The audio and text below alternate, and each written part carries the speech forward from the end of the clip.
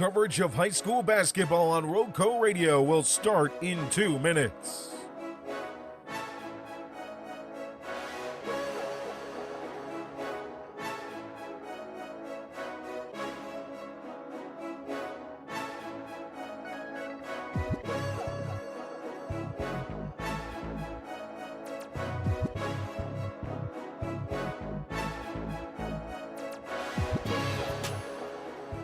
High school basketball on RoCo Radio, and your pregame show will start in 1 minute and 30 seconds.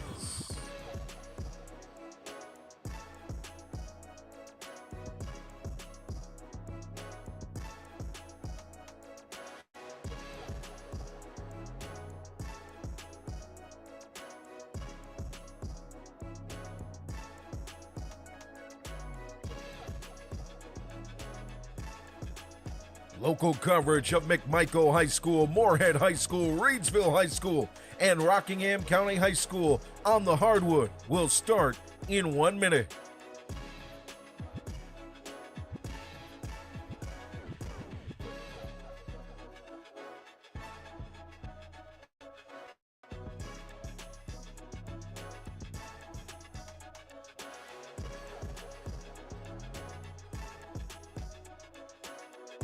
High school basketball on RoCo Radio will begin in just 30 seconds.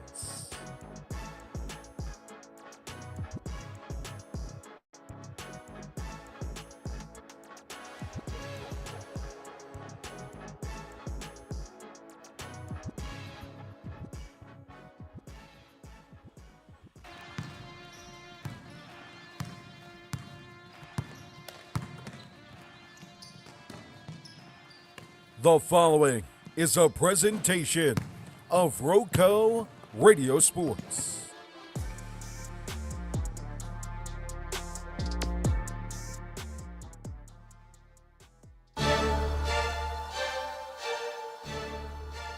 Local high school basketball on RoCo Radio, your home for local coverage of Reidsville High School, McMichael High School, Moorhead High School, and Rockingham County High School, capturing the rivalry games, the important moments, the accolades and the accomplishments, the big shots and the even better assists, and so much more with our high school basketball coverage here on RoCo Radio and RoCoRadio.com.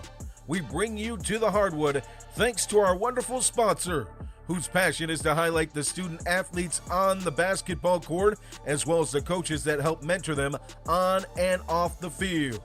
High school basketball on RoCo Radio is brought to you by Tri-State Steel in Reidsville, distributing quality metals for over 30 years.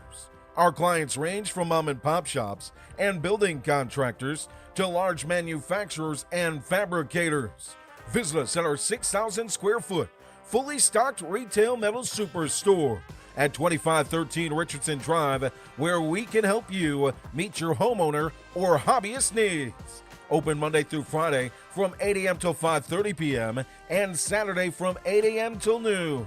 From pipe bollards to square tubing to finger guard material and more, our retail metal superstore has several quality metal products in stock in various sizes and ready to be cut to your exact specifications. Call for a quote today at 336-280-4859. That's 336-280-4859 for Tri-State Steel, a valued community member. We now take you courtside for our pregame show as we get you ready for tip-off here across Rockingham County and beyond. It's high school basketball on RoCo Radio and RoCoRadio.com.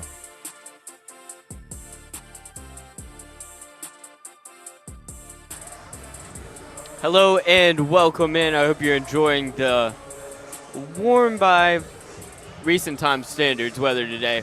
I'm Jay Ramey here with Jonathan Hadley. How you doing, Hat Man? It's good to be back, partner.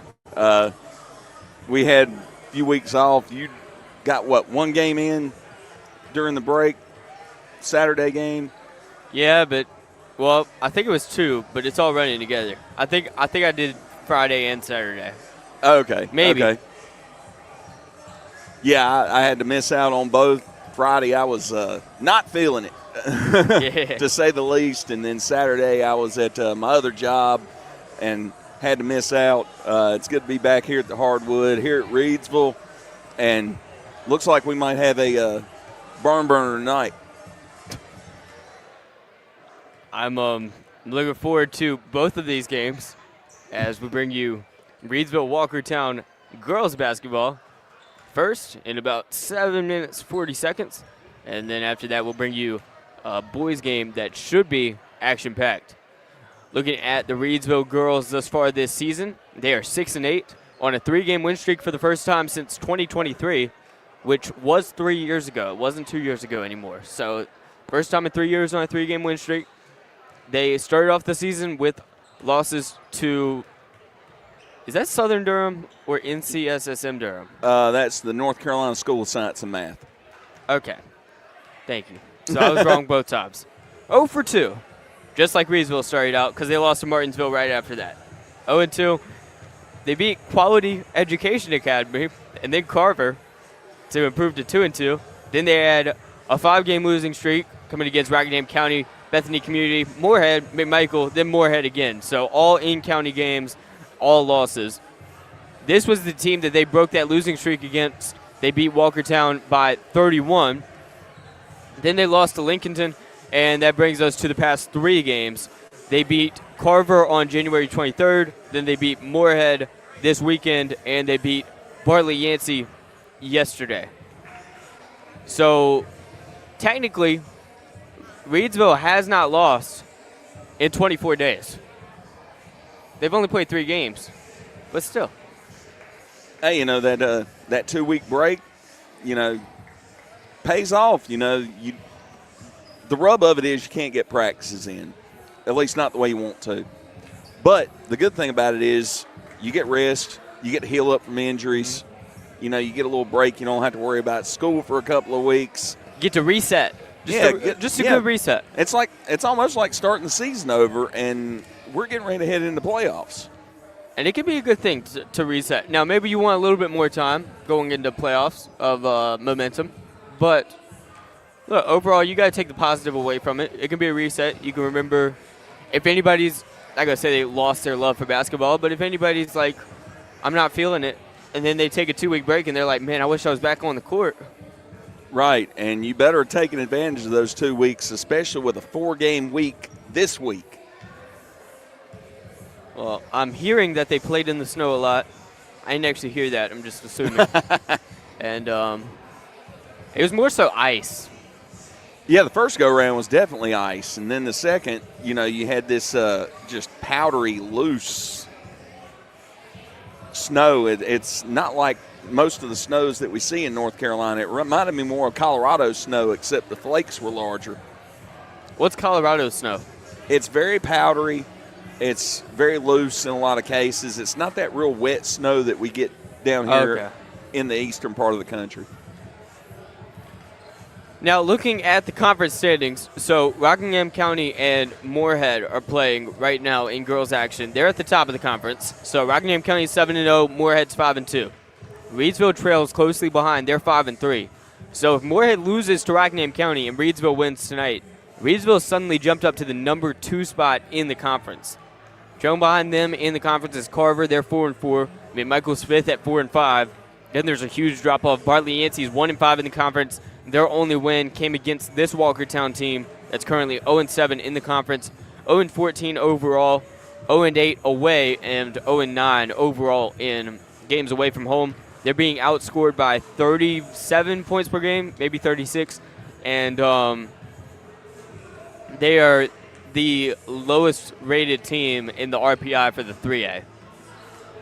Yeah, I mean, they just have not had things go their way this season at any point. You know, it's tough. It's tough to stick with it and come out here and play every night and practice every day when you hadn't won a game. You know, so hats off to them for sticking with it. You know, they've got looks like they've got a pretty short roster. We had 8 on the roster. I see 6 on the court. You know, we were supposed to cover them when they traveled to McMichael, and the team had some illnesses and were unable to – the girls weren't even able to play. We jumped straight into the boys' game because the girls didn't have enough. They wound up rescheduling that game. You were calling that with Joe, right? Because I don't remember that at all. Yeah, I believe I was calling that with Joe. Okay, because I was a little worried for a second there. Like, I don't have a great memory when it comes to this stuff, but sometimes it's scary. But, yeah, we went over to McMichael, and we found out from Coach Lamberth over there, it's like, hey, we're not going to have a girls' game. They didn't have enough, so we're going to have to reschedule it. And it's like, oh, okay. I think in that case, you just take the cheerleaders for the other team, and you make them play the game. Make the cheerleaders play each other. Both cheerleading squads. Sure. Look, I'll take McMichael any day of the week.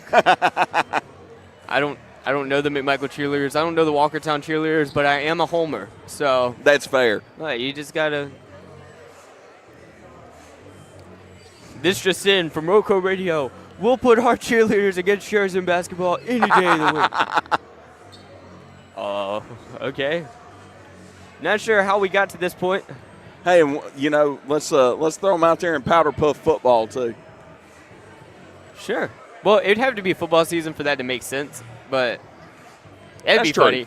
Hey, we're gonna put you all in cheerleaders in a basketball game, and they're like protesting. No, we want to play football. Have an arena game. What's that? Arena football. You know, shortened field, indoors. Oh, okay. Or just like PE games, like capture the flag, dodgeball. Oh, no, that would be fun. The cheerleading squads face off in dodgeball. We would commentate it, too. Absolutely. Yes. Oh, she just took that one to the face. Ouchtown, population U. It would be fun. But right now, everybody did show up, so no cheerleader basketball game or no cheerleader capture the flag game. We've got high school basketball coming up on RoCo Radio. Thank you for joining us. Facebook, YouTube, Substack, or RoCoRadio.com. We're happy to have you along. Please like, please share. And please follow us on Facebook, subscribe on YouTube. Just pick one platform, that's fine. And be really loyal to that one. But, look, if you follow on Facebook, you can see what games we will be covering. So that's the reason you would do both. But subscribe on YouTube, too. One or the other or both. Just the only option you can't choose is none. That's the one you can't choose. That's right. RoCo Radio will be here for your sports coverage in Rockingham County. Melita just said, I would pay to see that. Well, listen, Melita, you've got to listen to it, and we're going to put it behind a paywall. Right? She just said she would pay to see it. Yeah. Would you pay to listen to it? I'll tell you what. We'll break out the webcams, and we'll televise it. Okay. Yes. We'll live stream it. I think done that it with would the be volleyball fun. game? Yeah. He's done it with wrestling. Yeah, let's do it. She said she'd do both. All right, here's the starting lineups.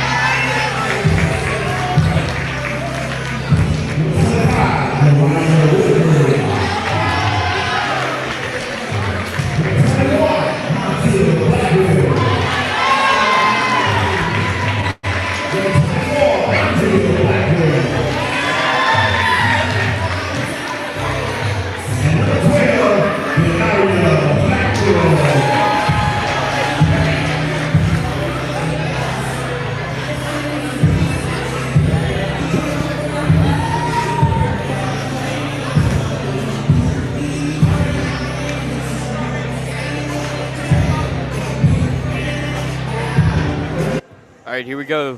Starting lineups will include for Walkertown, Jasmine McIntyre, Jaden Isley, Serenity Mooring, Haley Knight, and Gia Noble. For Reidsville, it's the three Blackwells, Denoria Montilla and Andrea Blackwell, then Lariah Whitaker and Draylon Lawson. Set to jump at center court will be Montilla Blackwell for the Reidsville Rams, still waiting on Walkertown to take the court. And walking up to face her will be Gia Noble, the freshman wearing number 32. About the same height, looks like Montilla has the slight advantage for the Reidsville Rams. Here comes the jump, and it is won by Gia Noble. So Walkertown will go right. Spinning is Jasmine McIntyre, and she is called for the double dribble, 6 seconds in. Lariah Whitaker will inbound for the Rams. Going to try to pass it to Denaria Blackwell. She will. Here comes Denaria, wearing number 12. Denaria passes to Andrea Blackwell. Now inside, putting up the tough shot, and missing it will be Draylon Lawson. Reidsville gets the ball back, and here's Denaria Blackwell with it. Denaria's got it at the volleyball attack line. Gives it to Andrea. Andrea pump fakes, goes left. Now she passes inside, turning around, putting it up, and missing off the right side of the rim is Draylon Lawson. Got a jump ball down low, and the possession arrow points Reidsville's way. This is the first jump ball. 37 seconds in. It's about right for girls basketball. It's usually sooner. Denaria Blackwell will inbound. Passes under the basket. Here's the shot. Laying it in with her feet planted is Draylon Lawson. So a 2-0 lead for Reidsville. They jump out to the advantage less than a minute in. Believe they will call a foul. No, I think they're saying Jasmine McIntyre stepped out of bounds on the sideline as she raced up court. So here's Denaria Blackwell with it. Got it at the top. Going to go left. Taking her time, guarded by McIntyre. Gives it to Andrea Blackwell in the corner. She's double teamed. Going to have to dribble left out of it. And that was dangerously close to a carry on that one. Passing it inside. And here's the shot missed by Draylon Lawson. But on the cleanup crew will be Montilla Blackwell. So a 4-0 lead for your Reidsville Rams with 6:45 to go in the first. Walkertown will make their way up the court. It's Gia Noble giving it to Jasmine McIntyre. McIntyre goes right. McIntyre throws it into the corner to number 10, who's short on the three.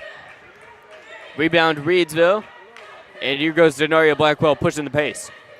4-0 advantage, 6:22 to go in quarter number one. In the corner is Andrea Blackwell. Now up to Denaria. Denaria the three. Drills it.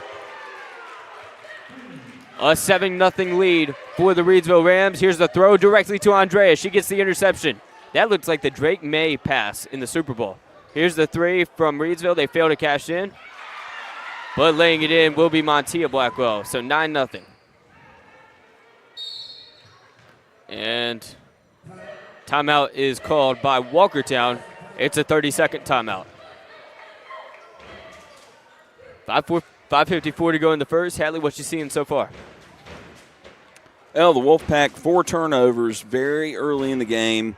Reidsville seems to be shooting the ball well. They're playing tight defense. They're executing the half-court trap pretty well. No, it's about what I expected with a team that hadn't won a game versus a team that's 5-3 in the conference. So 9-0 thus far. 2 minutes, 6 seconds in.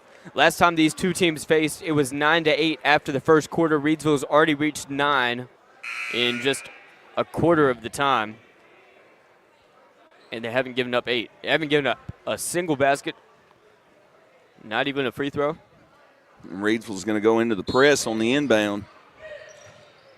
Here it comes, and it's knocked out of bounds by Lariah Whitaker on the pass. Jasmine McIntyre will just inbound from another spot. No, she switches out with Jaden Isley, number 10. And here's the inbound to McIntyre. McIntyre, the lone senior on the Wolfpack. Not the lone wolf, but the lone senior. As she goes left and is fouled. Fouled on the far sideline, and that will be charged to Montilla Blackwell. Thank you. First personal. team foul 1. Inbound will come from Jaden Isley. She gets it in to McIntyre. McIntyre's guarded at the top. Here's the throw on the far side wing. It's Gia Noble. Noble back to McIntyre. McIntyre splits 2 defenders, goes up strong. Off the left side of the backboard. Going the other way, full steam ahead, Denaria Blackwell. Racing to the basket, putting it up through contact. It's good. No foul called, but it's 11-0. 5:21 to go in the first. Jaden Isley brings it up the court. She's double teamed. Now she passes backwards to McIntyre, who makes it her way across the timeline. Ball is stolen, but it winds up back in McIntyre's hand. She's at the top. Reidsville in a 3-2 defense, I believe. Far side wing, number 12 has it. She'll give it back. Here's a deep 3 from McIntyre, and Walkertown still failing to get on the board. Offensive rebound, but thrown out of bounds by Jaden Isley after the effort. Lariah Whitaker, number 25, will inbound. And here comes Denaria. Denaria gives it to Andrea Blackwell. Here's a spot-up 3. No good. Rebound to Haley Knight. But it's stolen. Stripped away by Montia. She gives it to Lariah Whitaker, who gives it to Andrea Blackwell. Andrea Blackwell gives it to Denaria Blackwell, who goes with the mid-range jumper. It's short. Rebound batted out to Andrea Blackwell, and we've got a jump ball.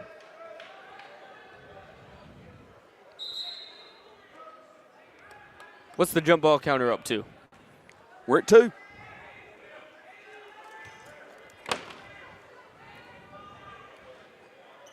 So here comes the inbound from Walkertown's Jaden Isley. Isley looking around, giving it to McIntyre. Jasmine McIntyre, guarded by Lariah Whitaker, and making it on the left side of the court. It will go out of bounds into the student section, and they say it's last touched by McIntyre. And McIntyre wanted a foul on the contact there. Gets it into Denaria Blackwell. No, she doesn't. Denaria just gave it back to the ref. Not sure what happened, but Lariah Whitaker passes in to Denaria Blackwell clean that time. And in the corner, it's Andrea Blackwell. Pump fake, floater, missed it. Rebound goes to Montia. Turnaround, missed that as well. Rebound to Haley Knight, and there's another jump ball. Halfway through the first quarter, an 11-0 Reidsville girls advantage over the Walkertown Wolfpack. Denaria Blackwell to inbound. Gets it in up top to Andrea Blackwell. And passing it back to Denaria, pump faking, makes her way left, and hits another 3. She's got 2. It's 14-0 Reidsville. Andrea Blackwell with the steal. She floats it up off the back iron. Rebound goes to Denaria Blackwell. She's going straight to the cup. Missed it off the right side. Rebound, Denaria. Going to go back up. And it's knocked away. Stolen. McIntyre's got it, and she trips as she tried to split 2 defenders. And I believe they'll call it on Lariah Whitaker. They do. 14-0 ball game. 3:37 to go in the first. So Whitaker picks up her first personal. Team foul number 2 on the Rams. Walkertown, who's 0-14, is losing 0-14.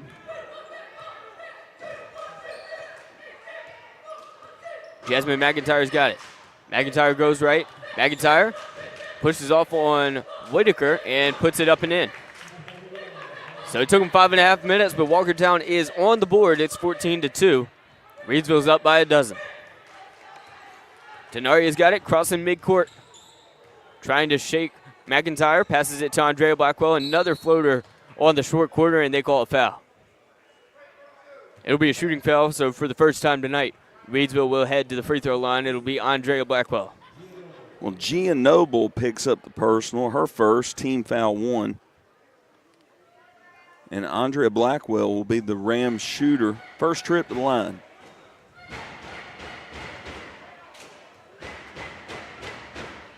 First one is up and good. Swishes it. Made it 15-2. Good arc on that one. Wearing bright hot pink shoes. Kind of like the ones you usually broadcast in, Hadley.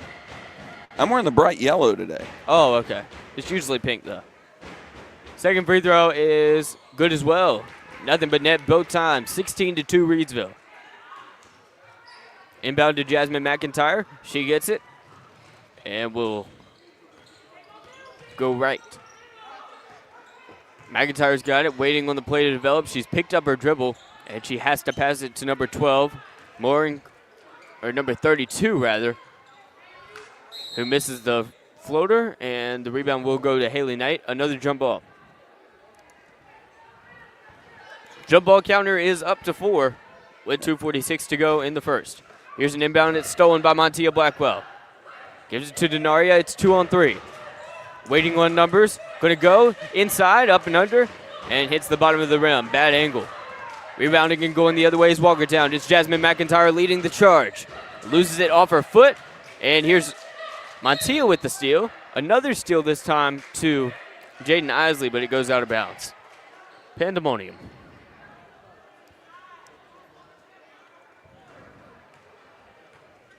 Denaria Blackwell's got it. Number 12 dribbling up the court.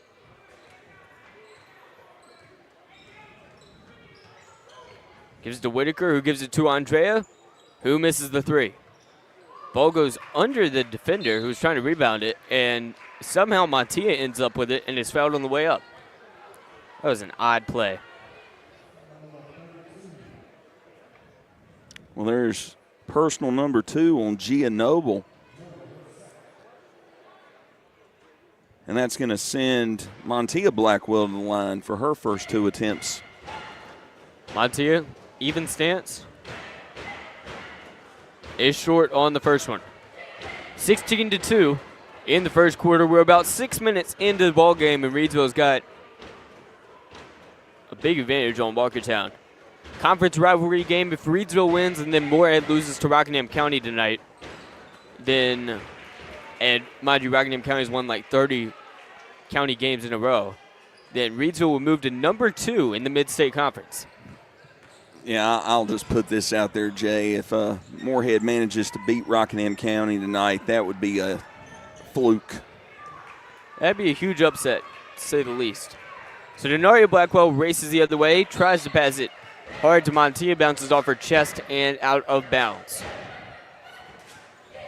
Well, just a second turnover for the Rams.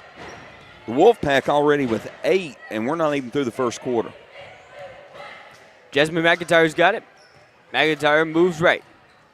McIntyre will drive into the paint, steps back, and traveled. One too many steps on that one. Yeah, Ryan Whitaker will inbound. Only James Harden can get away with that. Well, look, none of these players have a beard, so maybe it has something to do with that. Three-pointer from Andre Blackwell, long and out of bounds. Hit the rim, but it hit the far side of the rim and just traveled out of bounds.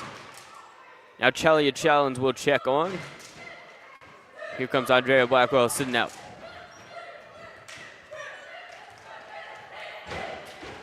Coach Solomon having a little word with her on her way to the bench. McIntyre goes right after the screen set. Top of the key three-pointer, in and out. Offensive rebound, Haley Knight. Stripped by Lariah Whitaker. No jump ball called as Chalia Challenge will race the other way. 1-on-2. She's going to put up a jumper. Missed it. Long rebound's going to go to Challenge. Got her own rebound. Challenge throws it away. And now going the other way is Jasmine McIntyre. We've got less than a minute to go in the first. She drives, turns around, puts it up, and is fouled. Looks like that foul's going to go against Whitaker, her second. Melita says all the NBA players get away with traveling. She is not wrong. The gather step. The gather step. The gather step, the Euro, the step back, the let's go to Timbuktu. First free throw is off the back of the iron. Well, the Spurs are winning the finals this year, so I don't care how much they travel to do it. Second free throw is good. 17-3 now. Here's the inbound to Denaria Blackwell. Denaria moves across half court. Goes right, and there's a moving screen called against Chalia Challenge, trying to get Jasmine McIntyre taken off of Denaria Blackwell. Jasmine McIntyre, it feels like if they can shut her down completely, they will have shut down all of Walkertown's offense. Now she's got all 3 of their points. Goes right, gives it to her teammate. I do not stand corrected, even though she almost made that shot. Rebound, Denaria. Denaria draws it out. Rebound went to Bush. She gave it to Denaria. 20 seconds left in the first. Denaria draws it out. We'll move left. And with 12 seconds to go in the first, Denaria will give it to Whitaker. No, it's stolen. Stolen and going the other way is Jaden Isley. Isley puts it up. Too strong off the backboard. 4 seconds. 3, 2. Denaria going to pull up. She does. And it's good. Denaria Blackwell hits her third triple of the first quarter as time expires. It's a 20-3 Reidsville lead over the Walkertown Wolfpack in county rivalry action on RoCo Radio. Tonight's broadcast brought to you by Tri-State Steel in Reidsville, distributing quality metals for over 30 years. Our clients range from mom and pop shops and building contractors to large manufacturers and fabricators. Visit us at our 6,000 square foot, fully stocked retail metal superstore at 2513 Richardson Drive, where we can help you meet your homeowner or hobbyist needs. They're open Monday through Friday from 8 a.m. to 5:30 p.m. and Saturday from 8 a.m. to noon. From pipe bollards to square tubing to finger guard material and more, our retail metal superstore has several quality metal products in stock in various sizes and ready to be cut to your exact specifications. Call for a quote at 336-280-4859. That's 336-280-4859 for Tri-State Steel, a value community member. A 20-3 Reidsville lead. They're up by 17, coming off of a Denaria Blackwell buzzer-beating three-pointer. Got the rebound, raced the other way with 5 seconds left, and swished it from the top of the key. She's got 3 triples in the first quarter. Yeah, Denaria Blackwell leading the way with 11 points and 4 rebounds in the first quarter. She's followed by Montia Blackwell with 5, Andrea Blackwell with 2, and Lawson with 2.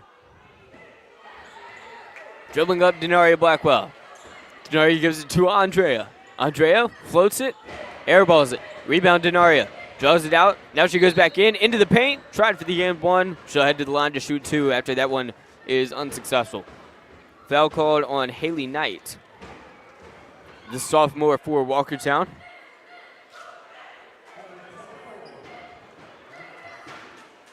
Denaria takes a couple of dribbles and misses the first free throw. And Blackwell in her first trip to the line tonight, 0 for 1.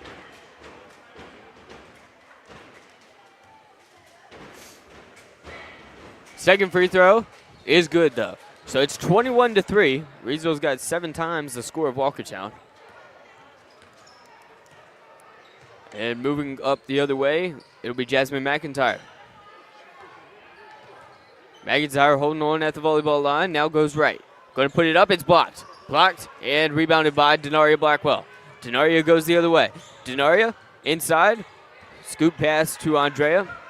Too low, she draws it out near side wing. Darts it to Denaria at the top of the key. 1-on-1 with McIntyre. Trying to shake her with some handles. Kicks it out. Here's number 11, Chalia Challenge off the backboard. Rebound goes to Bush, but she misses off the backboard. Ball is out after the Walkertown rebound. Challenge ends up with it. Here's Andrea Blackwell. Up at the Reidsville R. Far side. Moving in is Denaria. Puts it up. Off the front of the rim. Rebound goes to Bush. Bush puts it up, and they will call a foul on her for a push. Bush with the push. Offensive foul gives the ball over to the Wolfpack. And it's Jasmine McIntyre making it past midcourt. On the near side, it's number 10. She looks around and gives it up to McIntyre. McIntyre shoots from 17 feet, missed it. Rebound Bush. Bush has it stripped from her from 24, and she fouls her on the way up.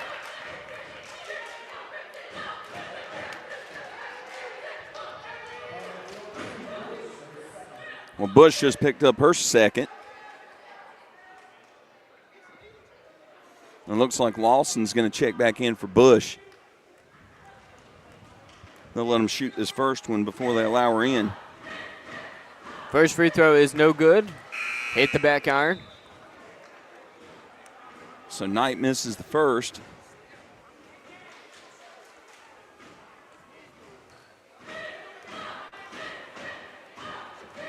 Knight a couple steps off the free throw line will miss the second one.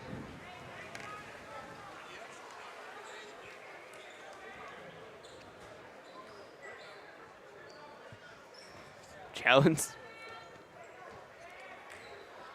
Denaria Blackwell brings it up to the RR logo. Andrea's got it now.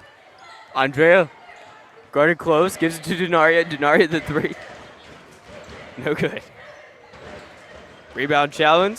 Challenge does it, batted away. Rebound Walkertown. Or the steal Walkertown, I guess. Yeah, we'll call that one a steal. We will call it a steal because it was not a shot. Here's the three. Oh, McIntyre switch from from downtown. McIntyre. Doubles her team score. 21-6 now with 5:48 to go in the second. Driving is Denaria. Denaria puts it up. Too strong off the glass. Rebound. McIntyre. McIntyre goes ahead. Spins. What a job. It still looked cool. She missed it. Oh, but rejected. It is blocked from behind by Montea Reidsville. Blackwell.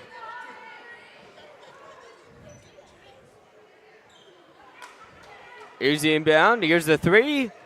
McIntyre misses. Too strong. Andrea Blackwell moves the other way. Thinks about pulling up for a three. She won't. She'll draw it back out. She's on the Rams logo on the far side. Passes inside, and too strong off the glass. Is batted out of bounds. And it will go into the, what do you call that area? The entryway. The entryway. The RoCo radio entry, we haven't sponsored it. Sorry. Denaria inbounds. Gets it to number 33, who shoots it too strong off the glass, and then Walkertown hits it out of bounds. A 15-point lead for Reidsville. And I don't think they've scored in the second quarter. Or I guess they have. I guess they've scored three. So this another shot by Jalen Lawson comes up short. And moving the other way is Walkertown. Inside number 32, through contact. Surprised there was no call there. Gia Noble. 21-8 now, and Coach Deanna Solomon will call a full timeout. So they've let Walkertown get a couple of baskets. Yeah, the Wolfpack got somebody on the board besides McIntyre. Mm-hmm. Noble with that two-pointer through contact. Reidsville off to a bit of a slow start, 3:05 into the second quarter, and not scored in the second quarter. Came into the second with a 21-3 lead. Walkertown on a long 5-0 run over 3 minutes and 5 seconds. 4:55 to go in quarter number 2. As Reidsville leads by 13. Offense has sputtered to start this second quarter. Well, they've gotten shots off.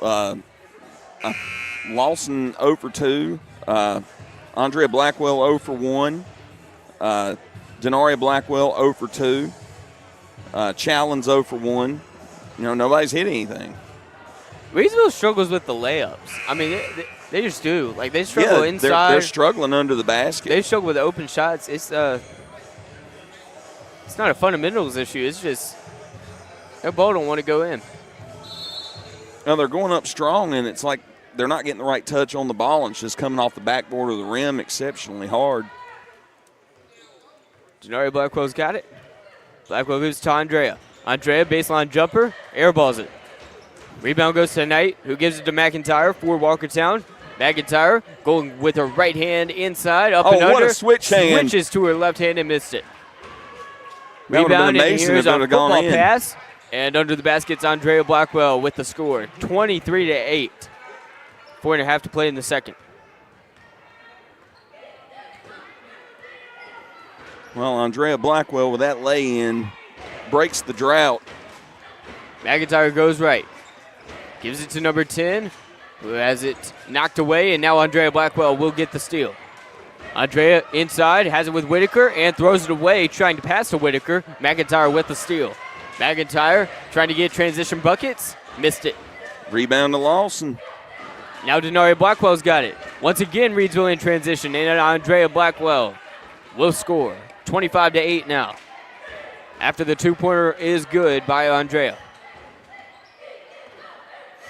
Jasmine McIntyre wearing number 1 will take her time. Walkertown staying kind of stagnant. Now a screen set. Didn't work too well, and now she's double teamed. Ball goes out. McIntyre loses her footing, and the foul is called. We got a push. Call against Whitaker, her third. And team foul number 3. LeVar Whitaker was going to take it out, but it's not Reidsville basketball, so that is, you can't do that. Inbound Haley Knight. Haley Knight has it knocked away. LeVar Whitaker with the steal, so she got it back after wall, and Denaria Blackwell will race the other way. Was guarded by 2 defenders, but she lays it in with the left hand underhanded. Good fast break layup from Blackwell. Reidsville's got a 19-point advantage.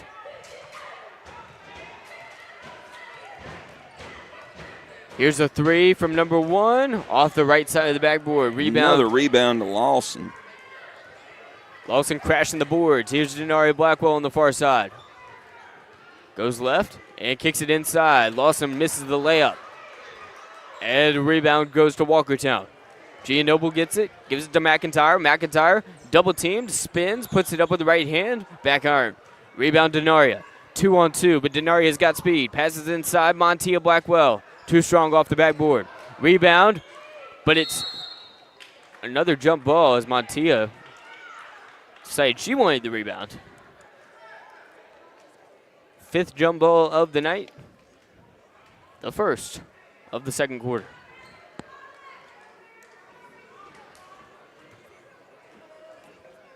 Who do you think that benefits more, Hatley? What, jump balls? Sure. I mean, it's alternating possessions. Yeah, you know, like it can be slowing down used in momentum, situations. Which is it better for? Well, if you're the team on defense and you wind up forcing the jump ball and it's your arrow. Here's a score for McIntyre. I'm saying, okay, it's 27-10 right now. I'm saying if I told you there were 30 jump balls in the game, who would that benefit more? Andrea's going to miss the baseline floater. Another shot misses. And now Jasmine McIntyre's got it on the other end. Down by 17. Takes the jumper, switched it. Switches the mid-range. And it's now 27-12. Still a 15-point ball game. Teams have stayed pretty much even in quarter number 2 as we are about 100 seconds away from half. Inside, Bush with the miss. Gets it back, missed it again. Rebounding going up. Not Bush. Jalen Lawson, excuse me.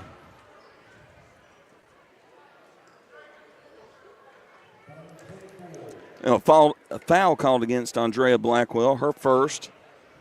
No, it was called on Haley Knight. Oh, wrong team.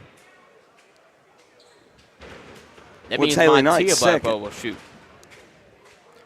Our first free throw. Up and no good. Died on the back iron.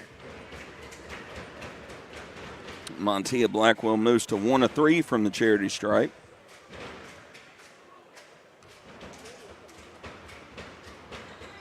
Second free throw's in and out. Rebound Walkertown for Gia Noble. Gia Noble gives it to Jasmine McIntyre, who's been most of the team's offense. She's got it on the far side wing. Now in the corner, her teammate, number 32, airballs it. Rebound 24. Ball is lost. Denaria Blackwell's got it. Blackwell crosses midcourt. Blackwell speeds up and now turns around. Andrea Blackwell with the 3 from the wing. It's good. Nothing but net. 30-12.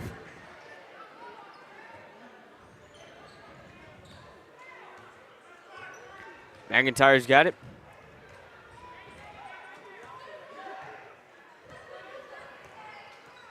McIntyre goes left. McIntyre in the paint. In and out. Another rebound to Lawson. Here comes Denaria Blackwell. Half a minute left, and she's fouled on the way up. Looks like that one's probably going to go against McIntyre.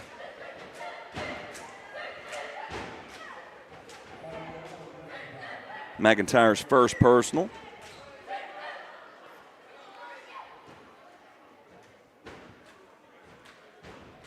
And Denaria Blackwell will step up for her second trip to the line.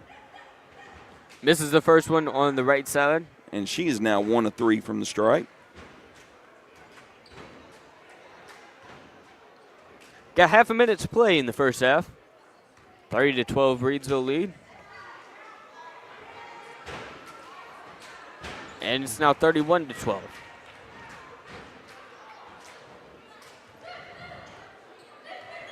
Jasmine McIntyre has it.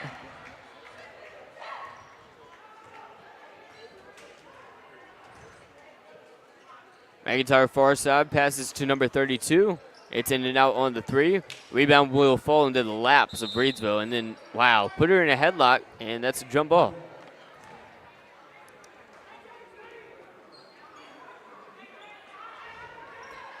With 15.4 seconds to go, 19-point game. Reidsville ahead of Walkertown. Andrea Blackwell's got it. Denaria hit a buzzer beater in the first quarter. We're here in the second with 9 seconds left. Andrea dribbling it out. 5 seconds. 4, 3, 2. Denaria's got to pull up. 1 second. Another buzzer beater? No. Off the mark. We head to quarter number 3, a 31-12 Reidsville lead over the Walkertown Wolfpack. So back to the unnecessary topic. There's been 6 jump balls thus far.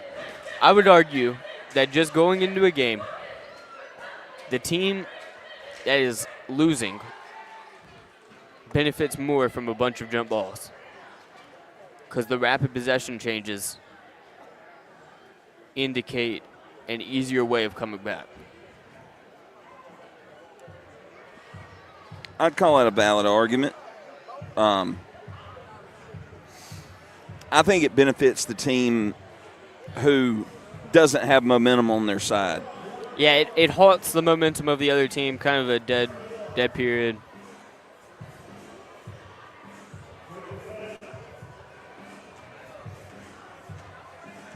And now they're doing the free throw 3-point half-court challenge, and we're going to call Jonathan Hatley doing it.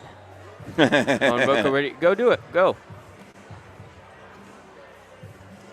If you won it, I think it would be great. It would be one of the greatest things in RoCo radio history.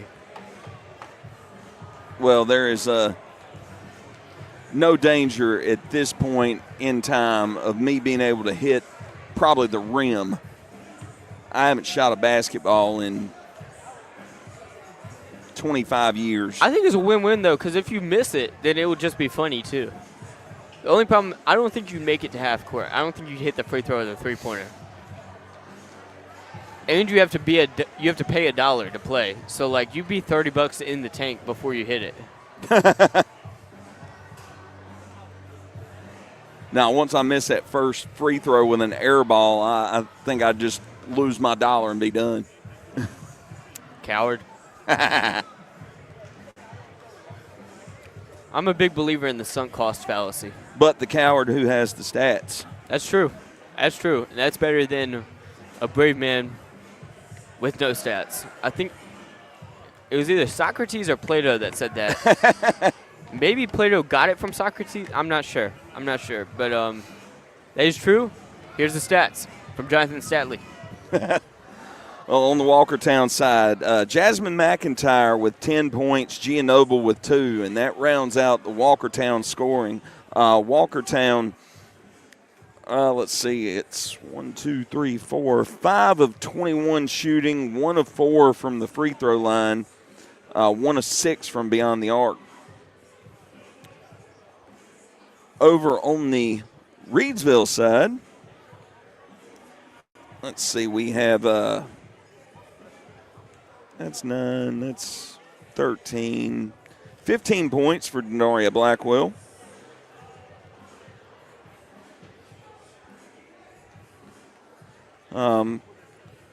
Montia Blackwell with 5. Andrea Blackwell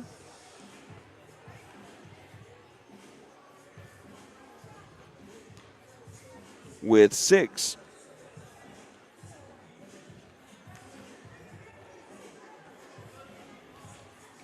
Draylon Lawson has 2.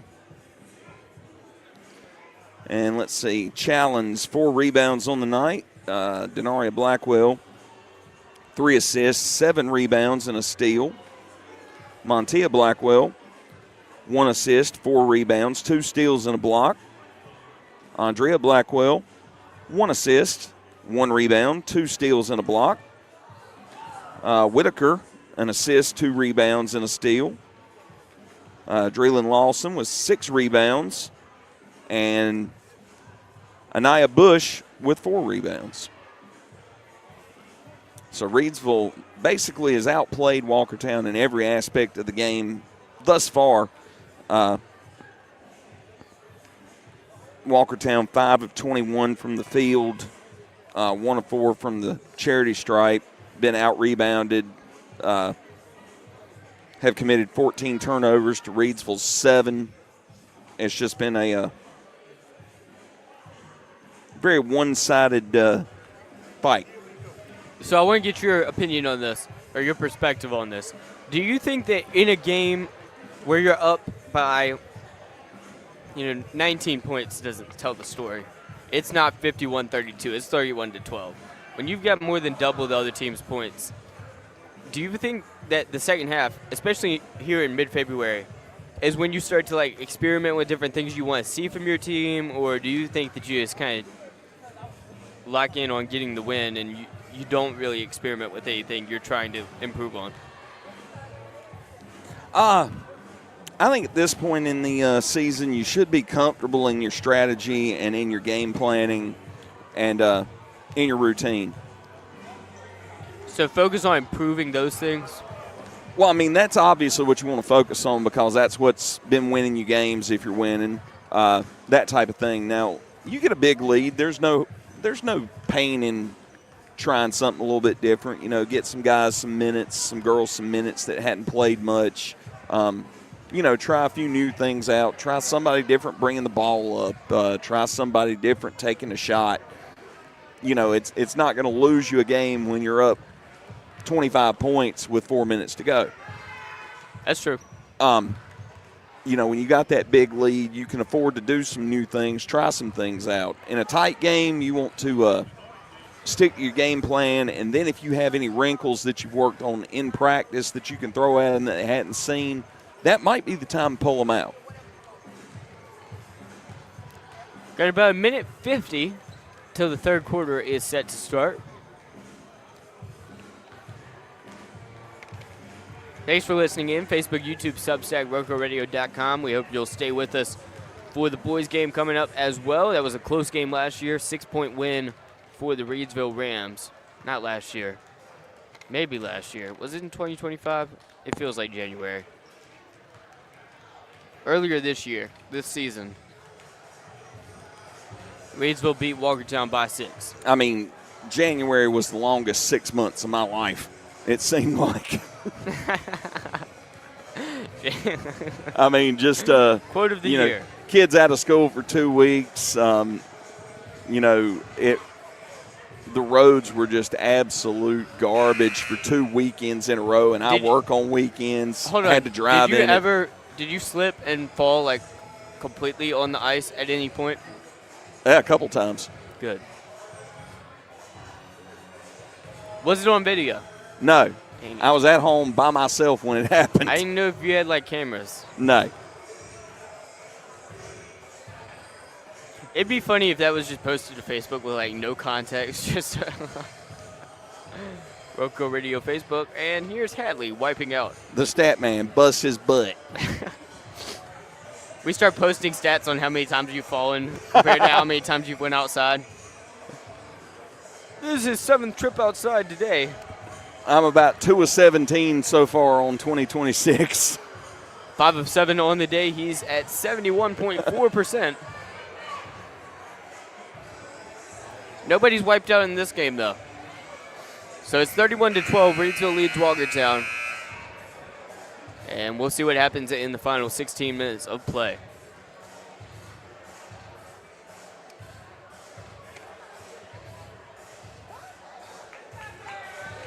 And Reidsville with his 19-point lead, despite only shooting 11 of 40 from the field, 4 of 10 from beyond the arc in the first half. Ryan Whitaker passes it in. No look pass to Denario Blackwell. It was on the inbound, so less impressive, but still. Here's Denario Blackwell with it after it's batted backwards.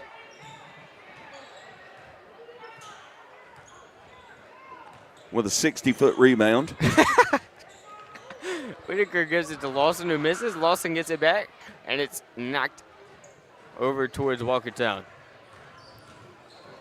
Dribbling forward, putting it up through contact is McIntyre. Rebound goes back to her. McIntyre puts it up off the backboard, misses. Another offensive rebound. Kicked out to number 12. She passes to 10, Jaden Isley.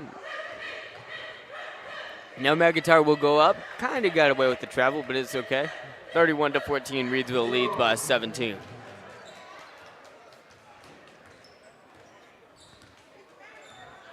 Denaria's got it. Denaria goes forward. The floater Just doesn't goes get the in and roll. out. Rebound is knocked towards Andrea Blackwell, though. Andrea back to Denaria. Denaria the three. And one! Looking for a 4-point play after a nothing but net three-pointer. 34-14 now. Trying to make it 35-14.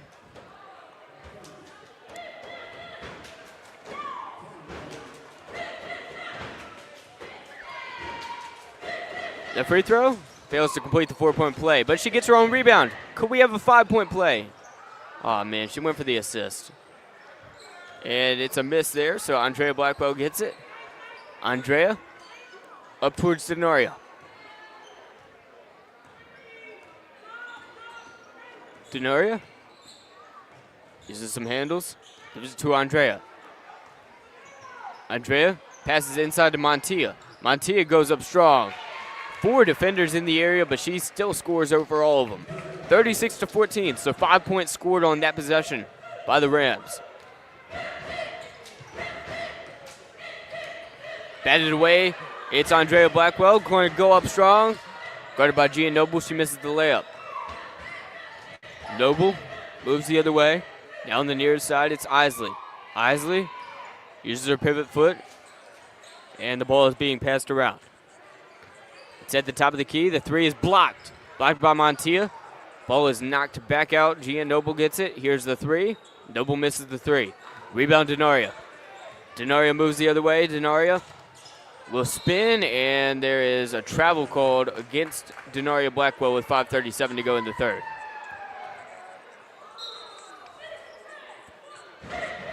Inbound will come from Jasmine McIntyre. Reidsville now in a full court press. McIntyre's got it far side.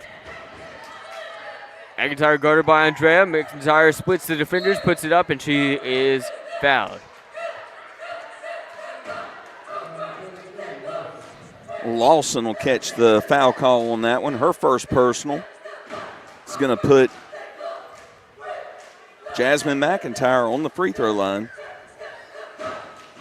2 free throws on the way. First one is in and out. 5:28 to go in the third. No jump balls yet in the second half. Second free throw is no good either. So Andrea Blackwell gets the board. Andrea pushes it forward the other way. Up at midcourt, gives it to Denaria. Denaria passes inside to Montia. Montia off the backboard and in. It's 38-14. Reidsville leads.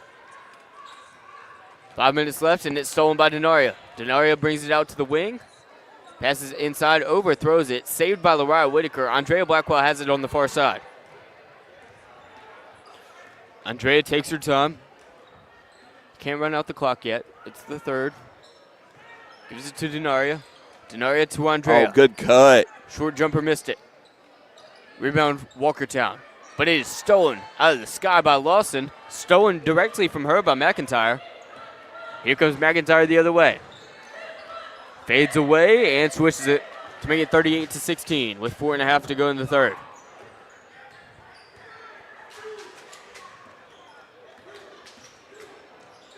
Denaria Blackwell moves forward. Here's number 12 to 25. Inside to number 33. Lawson misses the layup. Another layup. Missed it. Walkertown goes the other way.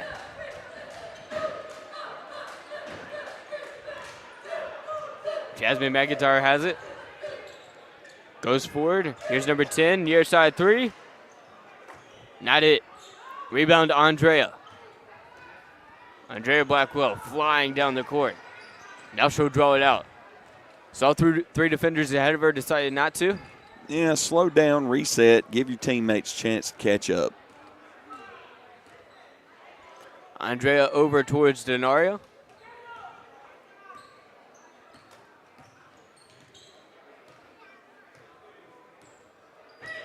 Denario on the near side wing will give it to Andrea. Andrea inside Lawson. Lawson is fouled on the way up. She'll shoot two. Foul's going to go against McIntyre, her second personal.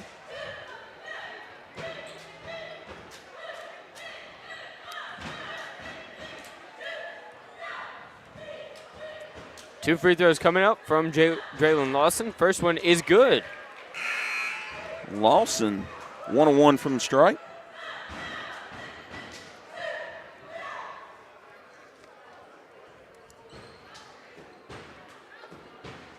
Here comes the second free throw.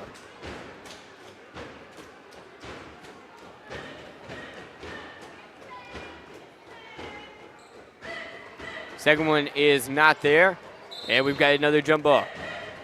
And the arrow will go with the Wolfpack. Arrow points left. So here comes the Walkertown Wolfpack. Jasmine McIntyre has it.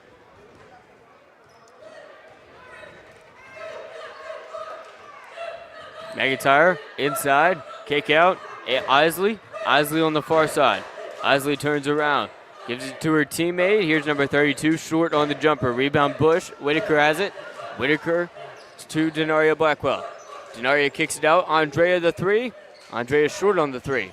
And we've got another jump ball. 2 thumbs up from the referee with 2:49 to go in the third.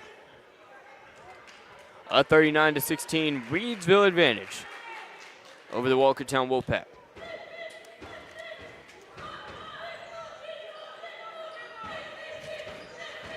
Here's the inbound to Bush. Bush misses it. Rebound and put back up through contact. No good on that one either. Another rebound and miss. Now Walkertown's got it, and we've got another jump ball. No basket. No, we don't. Do we? Yes, we do. We have a Jump ball was called. We have 2 minutes, 30 seconds to go in the third. A 23-point lead for the Reidsville Rams. Here comes Walkertown pushing it right to left.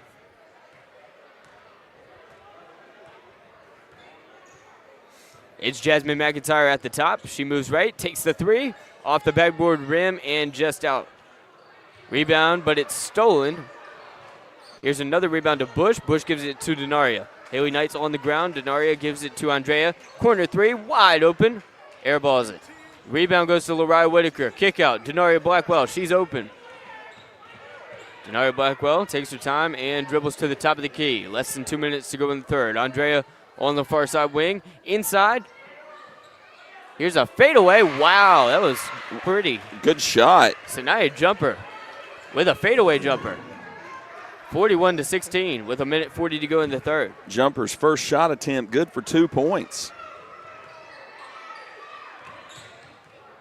Moving up and steal by Lariah Whitaker. Andrea Blackwell all by herself, lays it in. 43-16 with 1:24 to go in the third.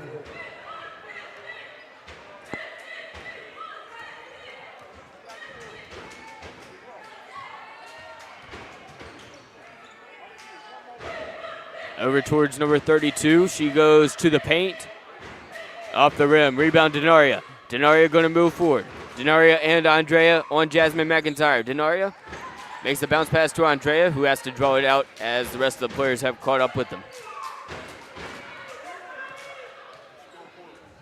Andrea gives it to Denaria. Denaria almost loses it backcourt, but she does not. 40 seconds left in the third. Near side, Lariah Whitaker. Airballs it. Way Here comes long. a rebound, and it's on the ground, and they will call it. Looks like push Sanaya against Jumper gets called Jumper. for pushing off. her first personal, team foul number 2.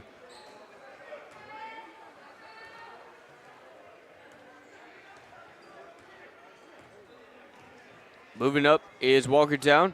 Here in the corner, number 32 shoots the 3, no good. Rebound is batted towards Jaden Isley. Isley looks and gives it to McIntyre. McIntyre's 3 is off the mark. And rebound Denaria. Denaria waits on the rest of her teammates. 9 seconds left in the third. She's 1 of 2 on buzzer beaters this game. 5 seconds left in the third. Andrea's got it. She shoots with 2 seconds. Missed it. Rebound. But time expired. Quarter number 4 on the way, a 43-16 Reidsville lead. Tonight's broadcast brought to you by Tri-State Steel in Reidsville, distributing quality metals for over 30 years. Our clients range from mom and pop shops and building contractors to large manufacturers and fabricators. Visit us at our 6,000 square foot, fully stocked retail metal superstore at 2513 Richardson Drive, where we can help you meet your homeowner or hobbyist needs. They're open Monday through Friday from 8 a.m. to 5:30 p.m. and Saturday from 8 a.m. to noon. From pipe bollards to square tubing to finger guard material and more, our retail metal superstore has several quality metal products in stock in various sizes and ready to be cut to your exact specifications. Call for a quote at 336-280-4859. That's 336-280-4859 for Tri-State Steel, a valued community member.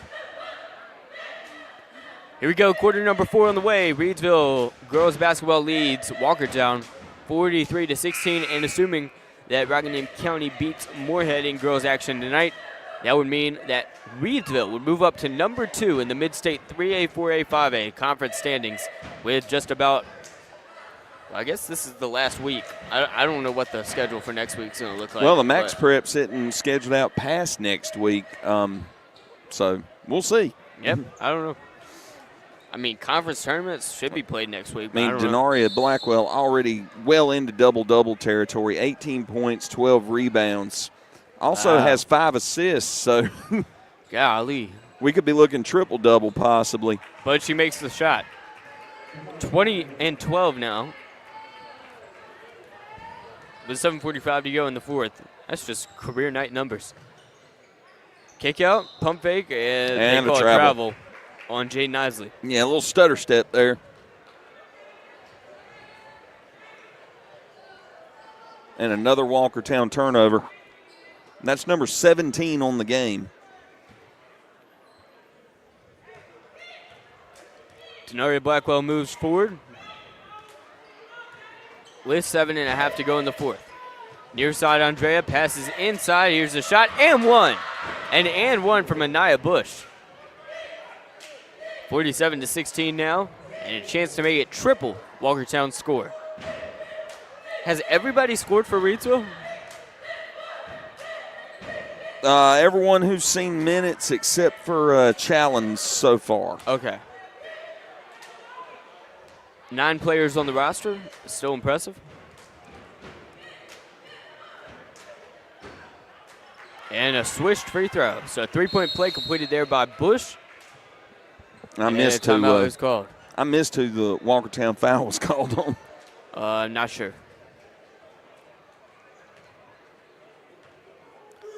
Number 1 passes it in to number 10. It's McIntyre and Isley connecting. Isley's across midcourt. Isley on the far side. Isley trapped. Pushes it up to Noble. Gia Noble steps into a top of the key 3. It's short. Rebound to Isley. Isley draws it out. Isley up to McIntyre. Overthrown. Lariah Whitaker will drive. Puts it up. And it is blocked. Jasmine McIntyre with the rejection. I'll take that back. Whitaker has not gone on the scoreboard. Her or Challenge so far. There's Whitaker. 3. Airballs it. Knocked out of bounds, and they say it was last touched by McIntyre. Towards the athletic director. 6:59 to go in this ball game. Here's the inbound to Bush. Bush overshoots it. Fight for the rebound. Andrea Blackwell's got it. She floats it up, and there's a foul called. She adds to the line of 48-16 lead. If Reidsville can score 3 more points unanswered, then the clock will start to run.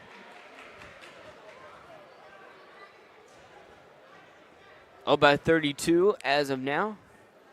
And Andrea Blackwell, who is 2 of 2 from the stripe, will step up for her second trip. First free throw is good, making it 49-16.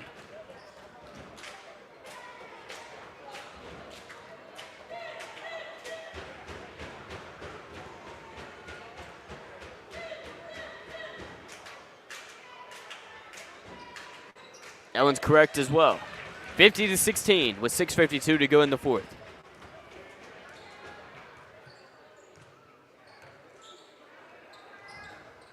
On the near side, it's Isley.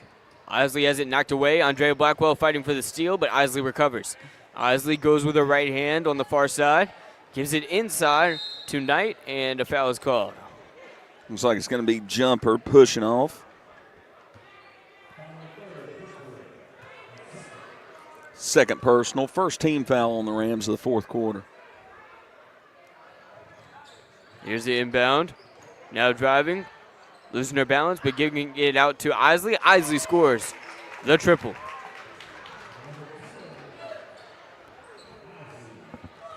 Score is now 50-18. Did they just give her 2 points? It was just 2. She was inside. So I'll redo that. It was Isley, right? Yeah, it was Isley. Isley with the double. 50-18 now. Blackwell with the pull up. Blackwell misses it, overthrows it. And they'll let it sail out of bounds. Walkertown basketball.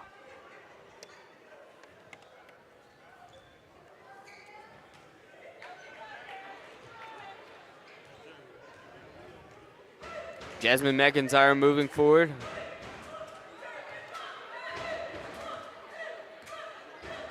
She moves left, goes inside. Here's the shot. It's short. Rebound. Walkertown kicked back out. And once again, it is Jaden Isley with a two-pointer. 50-20 after back-to-back scores by Isley. Denaria Blackwell's got it on the right half of the court. She's going to move inside, float it up, and she's fouled. Most of the fourth quarter spent at the free throw line.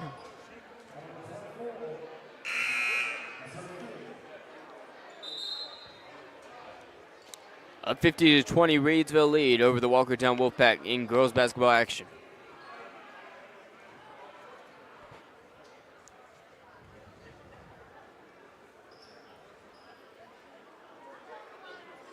Well, that was the fifth on Knight. She's out. First free throw comes up short, Denaria Blackwell.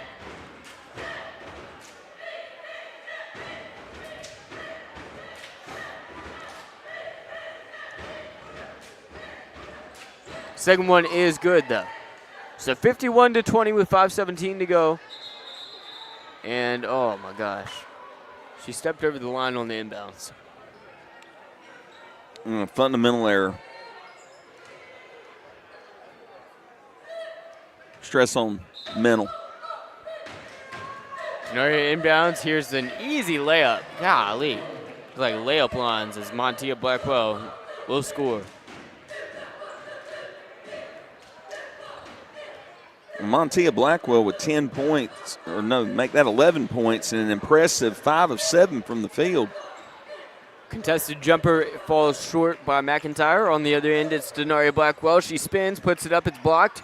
Here's a rebound, and driving the other way is McIntyre again. 33-point game, but she will make it a 31-point game with 4:43 to go in the final period. Well, McIntyre was 16 on the night. Andrea passes to Montia. Montia moves through two defenders. Wow. It died on the back of the rim, but then fell in. 55-22 now, 4:20 to go in the fourth. Montia Blackwell now with 11 points. All three of the Blackwells in double figures for the Rams. Here's a shot floated up, missed. Trying for the rebound was Michaela Hodges, but it was knocked out of bounds.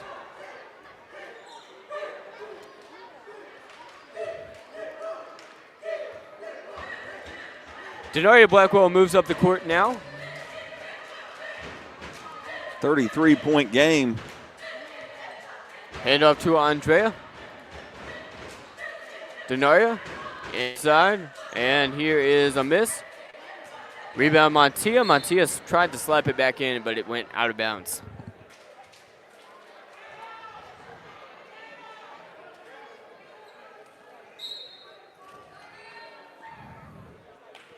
And Gia Noble went down hard, slow to get up, but the Wolfpack out of reserves after Knight fouled out. Inbound Gia Noble. Noble passes it to her teammate in the corner, who floats it up and misses. It'll go out of bounds on the far side. Still a 33-point lead for Reidsville with 3:33 to go.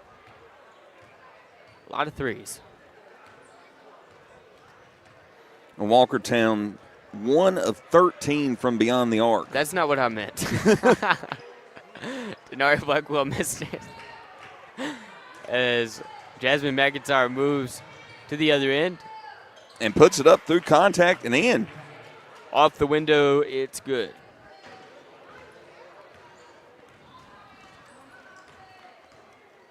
Denaria Blackwell passes to Montia Blackwell, who misses through contact, but there's a foul called. 55-24 with 2:59 to go in the fourth. Melita's asking, Walkertown only has 6. What do you mean?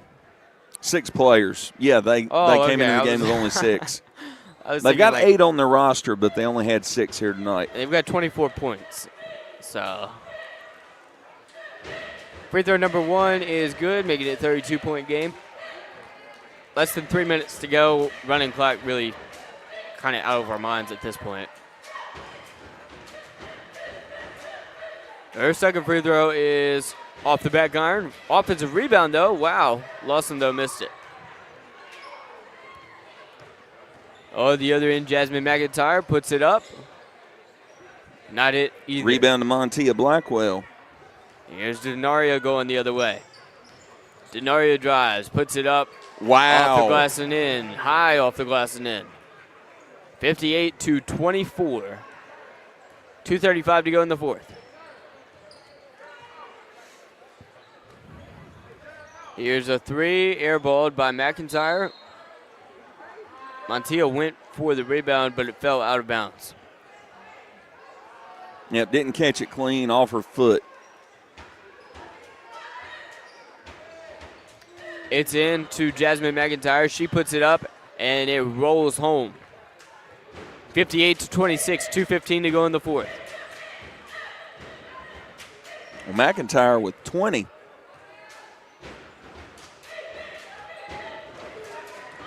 Denaria gives it a challenge. Challenge doesn't score. She was the last one left who hadn't scored on Reidsville, according to the stat man.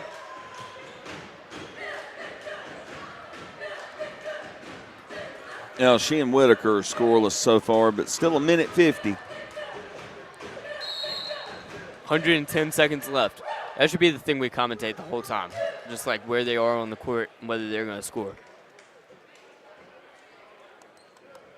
Foul called on Montia Blackwell. Her second. That's going to send McIntyre to the line. How many points does she have? 20? Yeah, McIntyre's got 20. She's got 21, Make it 21. actually. Makes the first free throw with 1:46 to go in quarter number 4. And the Rams looks like they'll clear the bench pretty much. Andrea Blackwell will stay out as the lone starter still on the court. McIntyre drains the second. 30-point game now.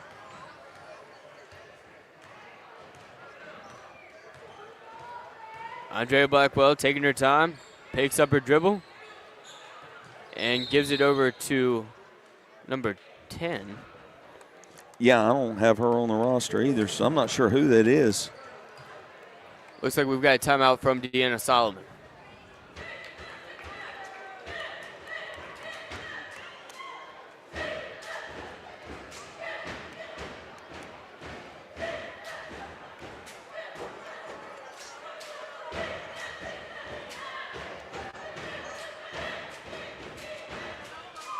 92 seconds left in the fourth.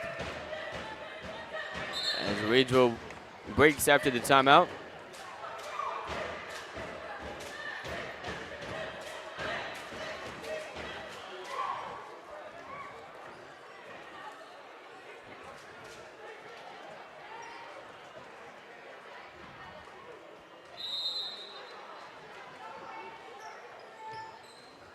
Andrea Blackwell gets it in the backcourt.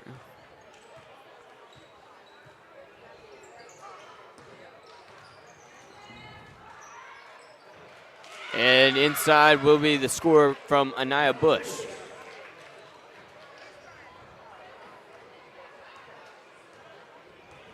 The assist to number 10, player to be named later. She's not getting traded, folks. 60-28. Inside, Jasmine McIntyre misses off the backboard and rim. Rebound, Bush. Bush moves it ahead to Andrea Blackwell. Nice pass as Andrea puts it off the glass and what in. a shot. Off balance, through contact. And it's now 62-28. Reidsville could make it a running clock, even though there's only 40 seconds left. Here's a deep three off. Oh, and Noble drains it. No running clock. It is now 62-31. That was a far out triple. Reidsville doubling Walkertown's score still, though. That was 25 feet if it was an inch. Montilla takes a long two off the backboard on the mid-range. Moving the other side is Jaden Isley as Reidsville teammates collide. McIntyre with another bucket. 62-33 now. 9 seconds left in the fourth. Montilla's got it. Montilla goes up and lays it in. No, she doesn't. She missed it. Rebound, Bush. Bush goes up. She misses with 1 second left, and that's the game. A 62-33 victory for the Reidsville Rams. As we bring you Walkertown versus Reidsville boys basketball up next. Tonight's broadcast was brought to you by Tri-State Steel and Reidsville, distributing quality metals for over 30 years. Our clients range from mom and pop shops and building contractors to large manufacturers and fabricators. Visit us at our 6,000 square foot, fully stocked retail metal superstore at 2513 Richardson Drive, where we can help you meet your homeowner or hobbyist needs. Open Monday through Friday from 8 a.m. to 5:30 p.m. and Saturday from 8 a.m. to noon. From pipe bollards to square tubing to finger yard material and more, our retail metal superstore has several quality metal products in stock in various sizes and ready to be cut to your exact specifications. Call for a quote at 336-280-4859. That's 336-280-4859 for Tri-State Steel, a valued community member. Hadley with the post-game stats. Just counting them up. I will be right with you. In summary, 62-33 Reidsville victory. Kind of like last time, they got a 58-27 win. So a 31-point win and now a 29-point win. In girls action on the hardwood, Reidsville likely improves to second in the Mid-State Conference. It's comprised of 7 teams across the 3A, 4A, and 5A. Impressive win, and they now improve to 4 wins in a row for the first time since 2023. Now, stats for the girls' game. Over on the Walkertown side, Jasmine McIntyre leading the way with 24 points. Gia Noble with 5. Jaden Isley with 4. That rounded out Walkertown's 33. Over on the Reidsville side, 62 points. Denaria Blackwell with 23 leading the way. Andrea Blackwell with 15. Montilla Blackwell with 14. Bush with 5. Lawson with 3. Jumper with 2. To go along with Denaria Blackwell's 23 points, she had 6 assists, 12 rebounds, and 2 steals. Montilla Blackwell with an assist, 6 rebounds, 2 steals, 2 blocks. Andrea Blackwell, 6 rebounds, 2 steals, 3 assists, and a block. Challens with 4 rebounds. Whitaker with 2 assists, 3 rebounds, and 2 steals. Lawson, 9 rebounds to go along with her 3 points, and Bush with 10 rebounds to go along with her 5 points. Good win there for the Reidsville ladies.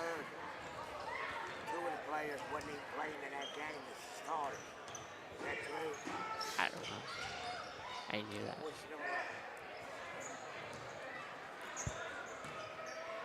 All right, we're going to get to the interview with Coach Jason Ross. We did pregame and get you in the mood for boys basketball between Walkertown and Reidsville. Thank you guys for listening in to the girls broadcast. We bring you Walkertown, Reidsville boys action. Up next. I'm Jay Ramey of RoCo Radio here with head coach of the Reidsville Rams, Jason Ross. Coach Ross, I know you played Saturday, but still maybe that break could have affected the team. Have you dealt with breaks like that in the years you've been coaching? And if so, coming out of it, what's the strategy? Well, of course it affected us because we couldn't practice the way we wanted to practice, but we were able to play Saturday and we were able to play yesterday. So, we got our legs under us a little bit. It slowed our momentum, but it helped us a lot because, we're a little dinged up. Deontay had a little ding, but I think he's back at 100% now. I think prior to the break, he was probably about 60%, but he's back to 100%. Based on what we saw Saturday and yesterday. So, it was a detriment, but I think it helped us for this final push.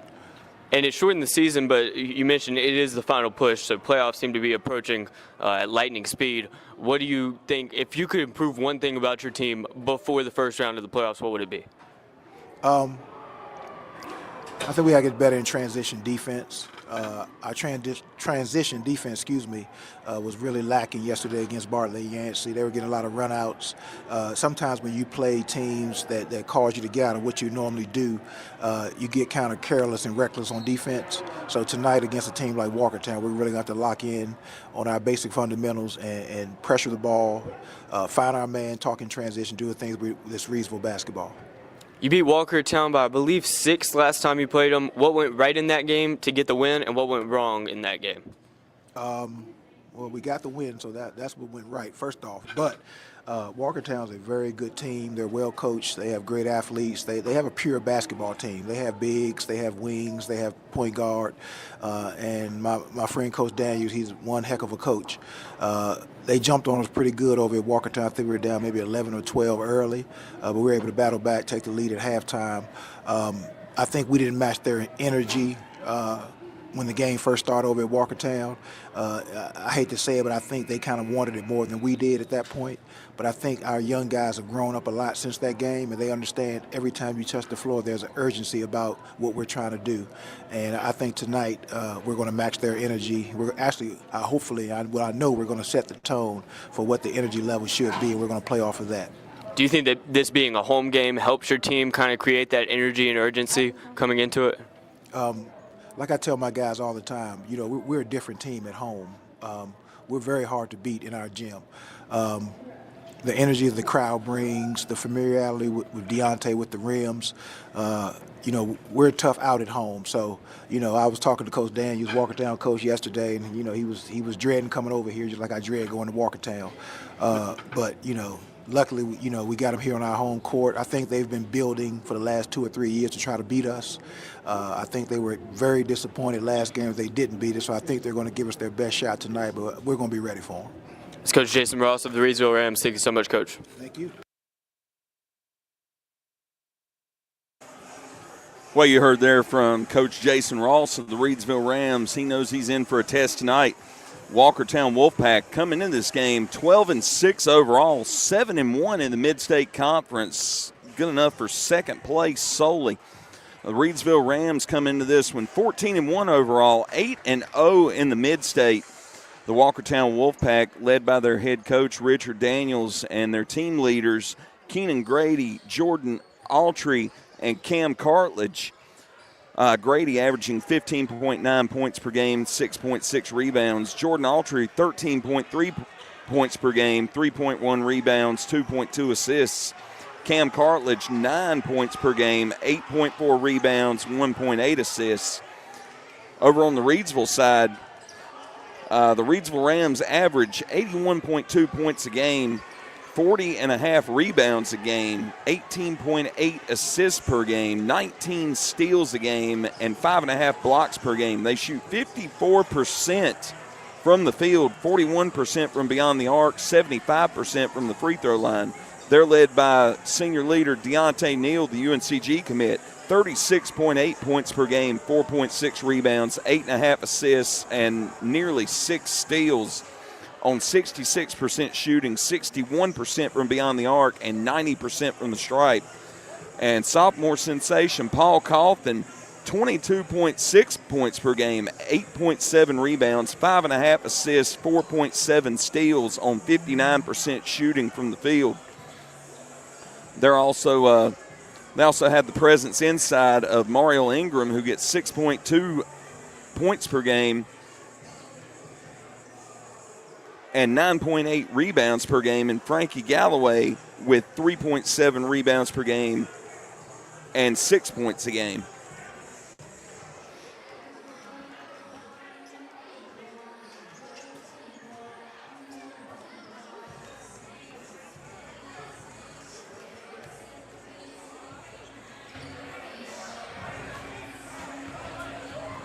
And looking at the last 2 times these teams played, conference championship last year, we brought you that from High Point, TW Andrews, 86-48 dominant Reidsville victory over the Wolfpack, 16-14 after the first. They pulled away in the second, leading by 12 in the second. Then they had a 24-7 third quarter that just finished the job, 86-48 final score. But then, when Reidsville played Walkertown this year, it was 72-66. Date of that game was January 16th, so we've got about 25 days of distance from that. Not a whole lot of basketball distance from that, but 31 points from Neal, 22 from Cawthon, 6 from Jordan Robinson, 5 from Tyson Broadway, and 8 from Mario Ingram. So only 5 players scoring for the Ville, and then Walkertown didn't have too many scores either. They had 10 from Riley Clarita, Eric Wiley scored 5, Jaden McCandy's had 5, 12 from Rico Daniels, 15 from Keenan Grady, 15 from Jordan Autry, and 2 from A.J. Durant. So they spread the wealth, and no truly dominant player on Walkertown in that game. But, yeah, I noticed when I was checking stats today that Walkertown doesn't have that dominant 20-plus point per game score. Keenan Grady, their leading scoring average player with 15.9 points per game. He's followed pretty closely by Jordan Autry at 13.3 points per game.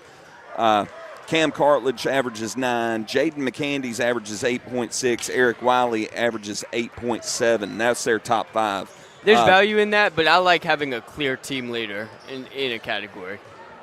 I do like having a clear team leader, but that also, having that clear team leader, that's the guy that draws the double teams, the triple teams, the traps. And, you know, when you've got a player like Deontay Neal or Paul Coughlin, they know how to beat that. That's true. But, you know, you've got a team, let's say you've got a Bartlett Yancey who's got a kid that's averaging 23 and everybody else on the team is averaging 5. Of course you're going to double the guy with 23. That's the advantage that Walkertown has, is they've got 5 guys out on the court at any given time who they don't really fall off if one takes a shot over another one. So you got to play heads up on defense. You got to stick to your assignments. You got to be in your zones, be in your lanes, and you've got to play them tight. It's true.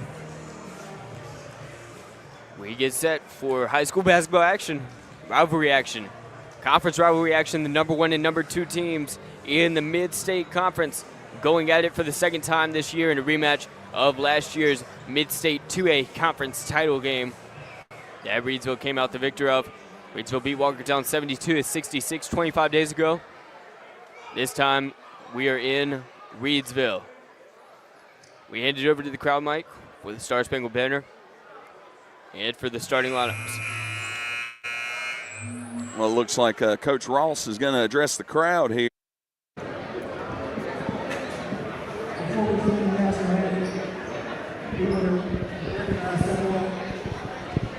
We want to give out 2 balls tonight. Our first ball goes to Deontay Neal. He just made 106.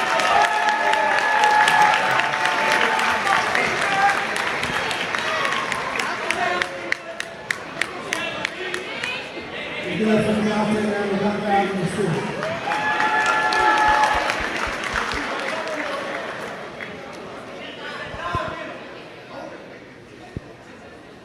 And our next ball is also for Deontay. He scored over 2,400 points. He now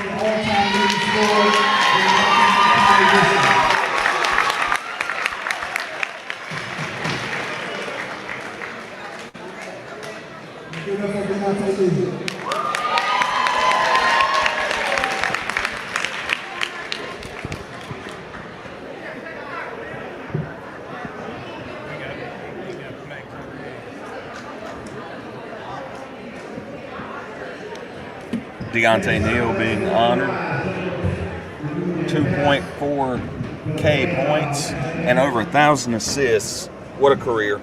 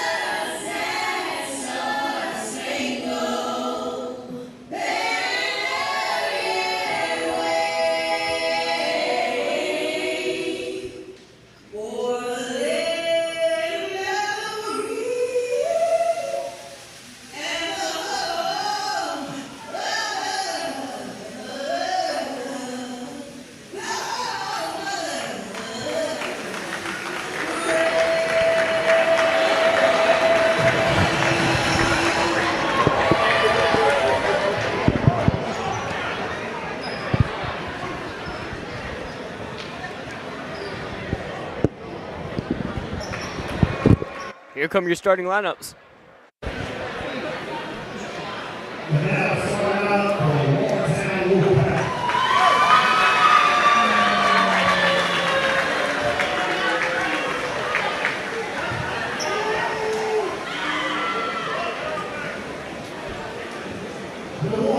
Third line.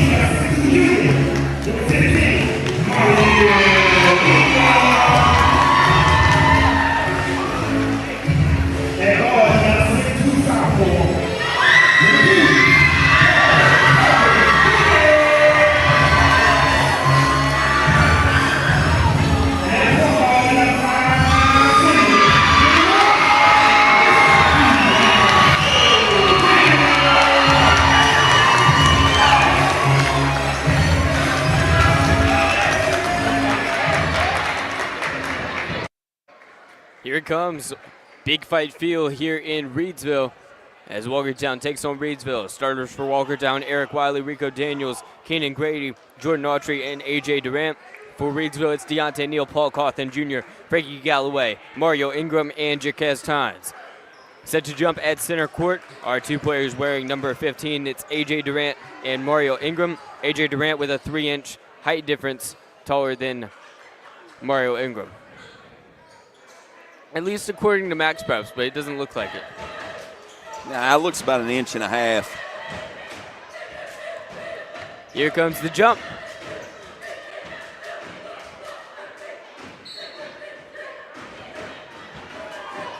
Walkertown wins it, and here's Eric Wiley on the reception.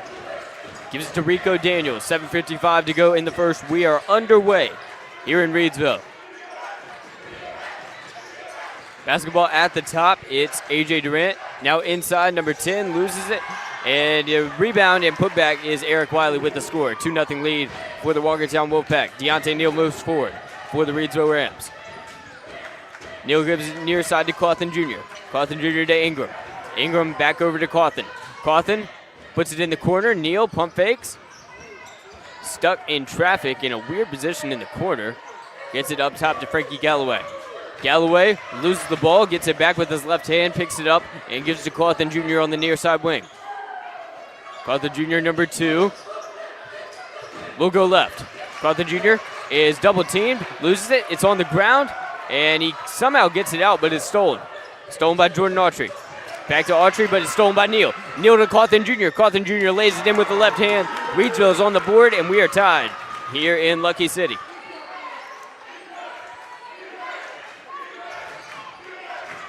Walkertown basketball. It's Jordan Autry with it. Autry gives it up to Eric Wiley. Wiley back up to number 4, Rico Daniels. Daniels to the far side corner. And it's a kick ball is charged. Likely against Neal, who was in the area. It'll stay on Walkertown's half of the court. He looks to inbound it.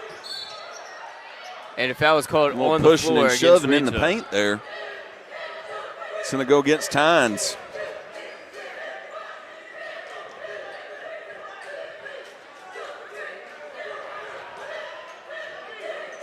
Now we expect this to be a physical matchup, partner. They're already pushing and shoving in the paint, less than 1.5 minutes in. Absolutely. Tynes with the block. Rebound goes to Walkertown, though, and recovering is A.J. Durant, who scores. 4-2, Walkertown lead. Neal's got it on the left half of the court, takes the top. Oh, he just shot it from the volleyball line and almost made it. Rebound Walkertown, but it's stolen by Tynes. Tynes gives it to Cawthon Jr., loses it off his knee, gets it back. Cawthon Jr. guarded heavily. Gets through traffic, tries to go up, and a jump ball is called. Arrow will stay with the Rams.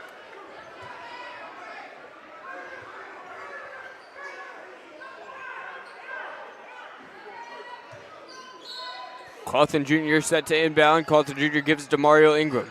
Ingram up to Neal. Neal looking around. Giving it to Cawthon Jr. Cawthon up to Neal. Neal goes left. Neal through the traffic. Tynes in the paint. Nice is good. assist. We're tied again. This time at 4 apiece.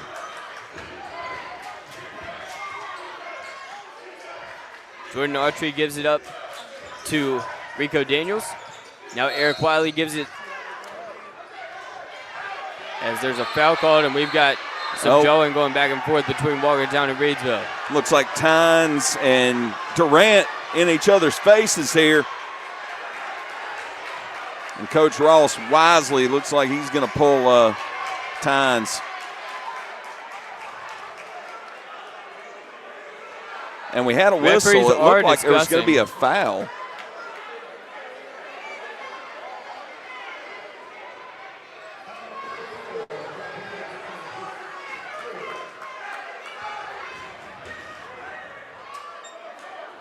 It was against Tynes. Okay. So the ball belonged with Walkertown on the baseline. And Tynes will be out of the game. Jordan Robinson will check in. Nothing assessed afterwards. Here's the inbounds from Rico Daniels. Daniels sends it in. Whoa, into the back court. Clears everybody. Eric Wiley gets it. Wiley to Rico Daniels on the near side wing. Daniels moves left. Daniels double teamed. Daniels hands it over to Autry. Autry kick out, three-pointer. No good from Keenan Grady. Rebound Reidsville, and the foul is called. Jordan Robinson was the one on the court who got fouled by Keenan Grady. The 6'3 senior leading the team with 16 points per game. It looked like Keenan Grady picked up the personal on that one, his first. Neal moves up the court after being honored pregame for becoming the county's all-time leading scorer. He's got 2,400 points. And has over 1,000 career assists. Trophy case is full. Cawthon Jr. near side. Cawthon Jr. fights through. The Neals are going to have to build another wing onto the house just for Deontay's accolades. Maybe a museum. Cawthon Jr. drives, floats it up. Back iron, rebound, Walkertown. Jordan Autry's got it, moving the other way. Reidsville has not led yet in this game, 3 minutes in. Far side wing, now it's in the corner. Here's the three from Rico Daniels. It's a switch. Splash. 7-4, Walkertown lead. These teams have traded baskets throughout the first 3.5 minutes. 4:25 to go in the first. Neal draws it out. He's in front of the cheerleaders. Trying to shake his opponent, and he's fouled. Yeah, Autry on the block.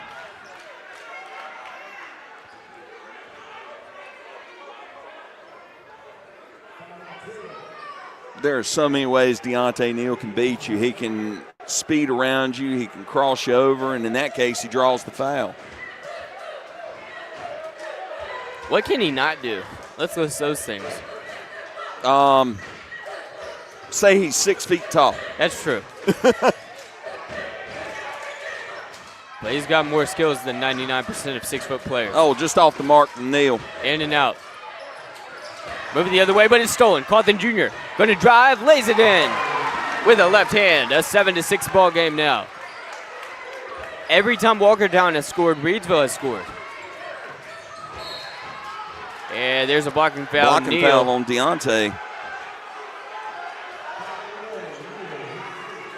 Rico Daniels hit the deck. Well, that's Neal's first personal. Team foul number 3 on the Rams. So the Wolfpack over halfway to the bonus in the first quarter. Inbound coming from Jordan Autry. Autry gets it into Eric Wiley. Wiley goes left. Wiley moves forward. Wiley. That's blocked by Ingram. And on the rebound, offensive rebound, no avail on the second chance points attempt by A.J. Durant. Neal's got it far side. Neal drives. 3:30 to go in the first. Misses it going up and under. On the other end, trying to steal it is Galloway, but it's out of bounds off of number 3's fingertips. Walkertown Wolfpack basketball. Jordan Autry will inbound.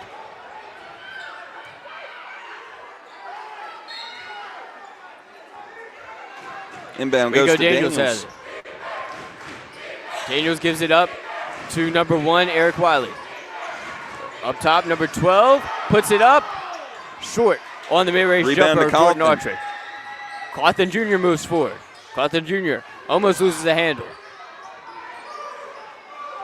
Taking his time with the ball. Now going left. He's got 4 on the night. Makes the pass, batted around. Jordan Robinson comes down with it. Takes his dribble, puts it up through contact, airballed it. Rebound, but it's stolen. Stolen by Cawthon Jr. again, who has to throw it free, and it goes out of bounds. Cawthon Jr. has gotten a lot of steals in the backcourt, it feels like. Yeah, he's been active in that backcourt, stepping into the passing lanes on these cross-court attempts. He's getting his hands in on the dribblers. On the other end, trying to steal it was Galloway, but they will call him for the foul as he used his hands to get some positioning. Little contact there. Frankie Galloway, his first personal. Team foul number 4. Next one will be the bonus for the Wolfpack. Here's the inbound to number 1, Eric Wiley. He drives up in the paint over Ingram, missed it. Rebound Ingram. Ingram almost loses it to Wiley, but he gives it to Cawthon Jr. Now Neal's got it. 2 on 3. He takes it himself. No good. Ingram puts it up. Off the backboard and in. Reidsville has the lead for the first time tonight. Well, Ingram with the big rebound and the putback off the miss. And they get Galloway on the contact there. That's going to be the bonus. And Galloway has 2 personals. So here comes free throws from the Walkertown Wolfpack. And it looks like it's going to be, well, let's see who they're going to put the line. Jordan Autry will Jordan shoot. Autry. Jordan Autry, 13.3 points per game, second on the team. Also third in assists and tied for third in rebounds.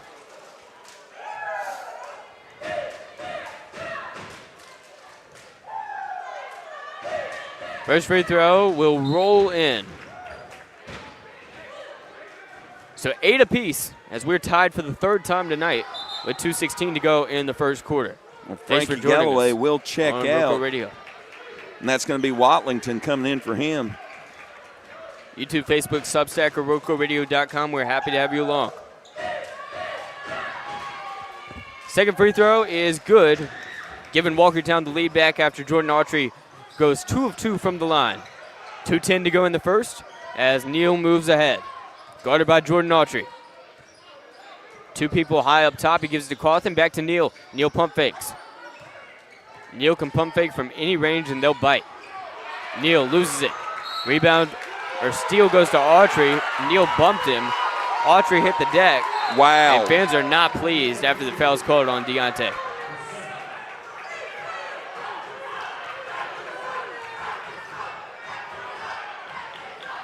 Coach Ross isn't happy either. Look at him.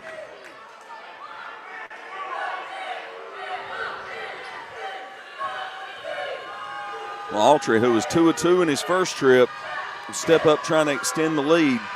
And he does.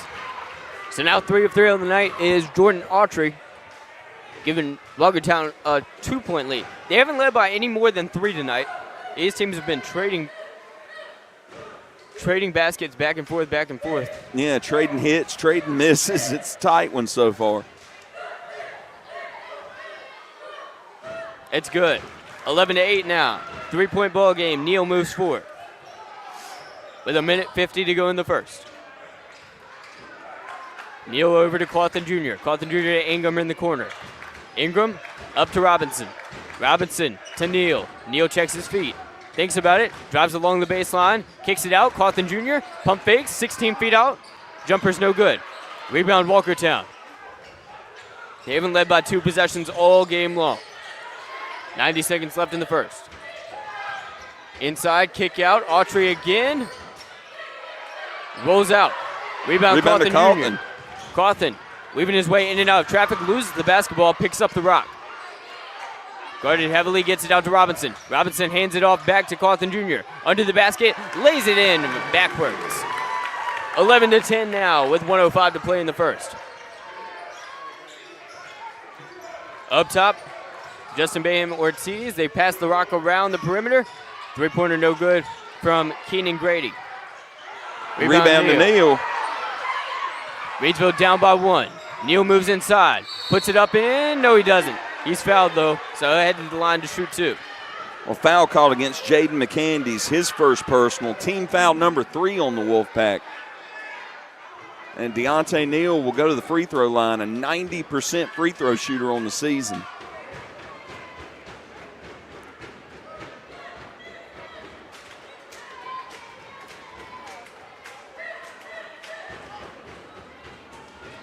Neal's first free throw is off the back iron. Uncharacteristic miss for Deontay Neal there. Even in the games where he shoots poorly at the line, he shoots better than most. Definitely. Second free throw is There's good. the second, So 11 tied to up. 11. So we are tied again. Quarter of a minute remaining in the first quarter. As number 3 will move it around. 15 feet out. Now a 3-pointer comes from Rico Daniels. He nails it. 14-11. Walkertown leads. Cawthon Jr. over to Watlington. Jabril Watlington drives inside, puts it up, and it rolls good in. move by Watlington. 14-13 now. Driving, putting it They up. had No, he doesn't. It's Ortiz stolen. misses it. Cawthon Jr. going the other way. Chance to take the lead.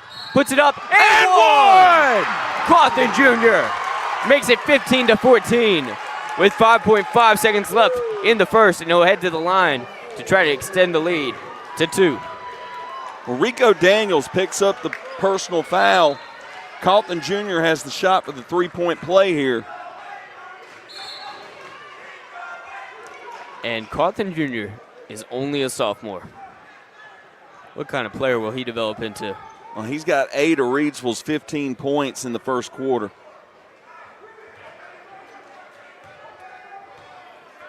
Averaging 22.6 on the season, and there's number 9 already tonight.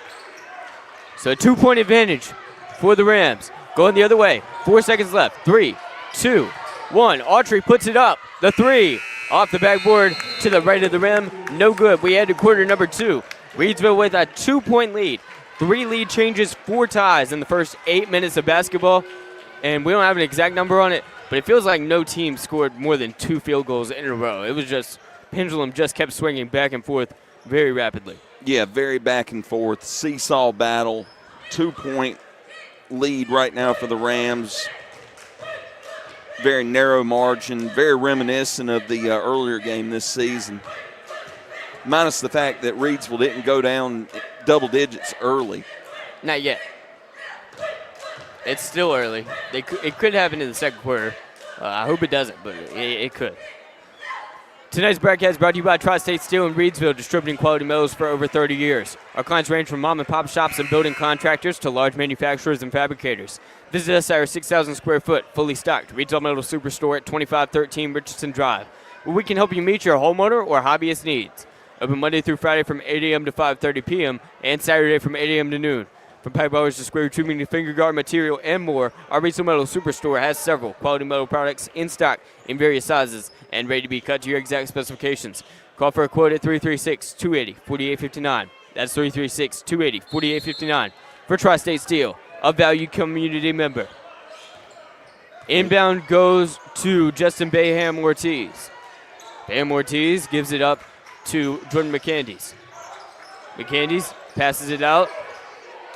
Number 4 over to number 11. It's Bayham Ortiz. Now on the near side wing, Jaden McCandys once again. McCandys passes to Eric Wiley. Motion offense from Walkertown. Bayham Ortiz goes right. Bayham Ortiz gives it up to Wiley, and a travel is called on Bayham Ortiz, the 5'9 junior. Chance to extend the lead for the Rams. And right now, Walkertown has the height advantage at every spot on the floor. Reidsville having to go with a smaller lineup. Tynes had a little scuffle early, had to be pulled, got 2 fouls early. Neal out there playing with 2 fouls. And he cannot get that third thing by any means.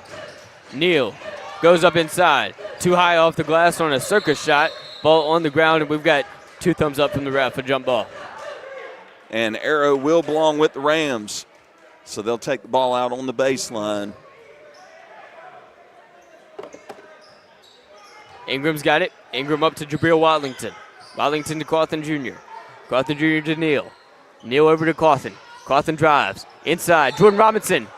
Almost got the and one. He'll head to the line to shoot 2. And try to get Reidsville's largest lead of the night with 7:06 to play in the second. Well, Rico Daniels picks up the foul, his second. And it looks like he might be coming out. Jordan Watson waiting at the scorer table to check in. Robinson's first free throw rolls out on the right side.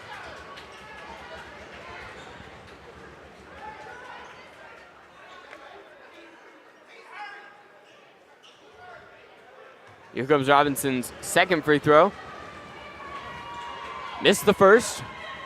So Reidsville still leads by 2, but his second one is pretty. 17-14 Reidsville lead. First time leading by 3 tonight for the Rams. Going up the other way is Eric Wiley. Wiley, Watson, and McCandys taking turns with the basketball. McCandys puts it up through contact. Short. Ball knocked out of bounds. They'll say it was last touch by Mario Ingram after A.J. Durant came down with the basketball. Set to inbound will be Eric Wiley of the Walkertown Wolfpack. Wiley looks around, passes inside, under the basket, Rejected by swatted. Ingram. McCandy's had that one sent back to the moon by Mario Ingram.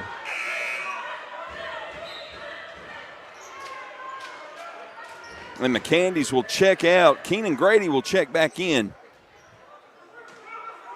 Eric Wiley passes it to Jordan Autry. Autry steps back. Autry thought about it, gives it to Watson. Watson guarded by North Carolina's reigning steals champion. And reigning Gatorade Player of the Year. In the corner now, it's Grady. Grady guarded by Watlington, and a foul is called. Number 10 fouls number 10. Well, Watlington will pick up his first personal. Team foul number 1 in the second quarter. Eric Wiley slaps the basketball, inbounds it under the basket. It's Grady. Grady kicks it out through the legs of his teammate to his other teammate, and the shot's missed by Watson. Ball under the basket now, looking for the and one, missed it. So Autry will shoot more free throws. He's been spending a lot of time at the line tonight. Foul called against Jordan Robinson on that one. Personal foul number 1, team foul number 2, and Jordan Autry will step back up to the free throw line again. He has 4 points, all from the stripe, a perfect 4 of 4 tonight. Scoreboard reads 6 minutes, 14 seconds to go in period number 2 as the free throw number 1 is made. 17-15 lead for Reidsville now. Walkertown trying to cut into it at the free throw line here. Both shots are good. Just a 1-point advantage for Reidsville. Deontay Neal the other way, trying to change that. No, Off sir, the mark. on the three. Rebound to Robinson. Oh, his leg took a crazy turn. He gets up fine, but he was fouled. Fouled by A.J. Durant. Well, that's Durant's first personal. Team foul number 2 on the Wolfpack. Inbound from Neal. Neal to Ingram. Ingram off the side of the backboard. He thought he was fouled. It looked like he was fouled. Autry to Watson. Watson from behind the backboard. Bad angle. Missed it. Rebound goes to Walkertown, but missed by Grady. Rebound Neal. Neal moving inside. 1-on-4. No good. Fight for the rebound. Out of bounds off Durant last. So Reidsville basketball. And Deontay Neal Coach Ross will call a 30-second timeout. cannot buy a bucket tonight. He's getting hammered every time he goes to the rim. Neal already listed by as 5'7" by some sites. And he is getting clobbered.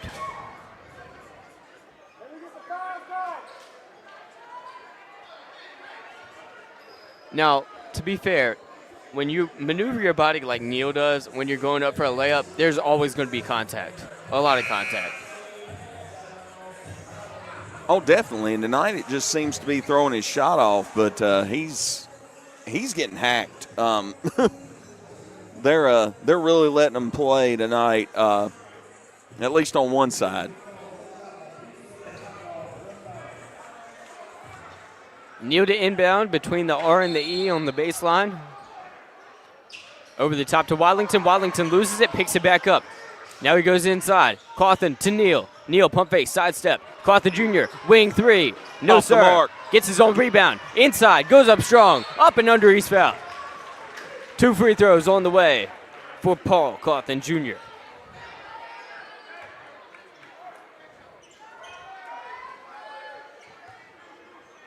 Did you see who the foul was called on, partner? I did not.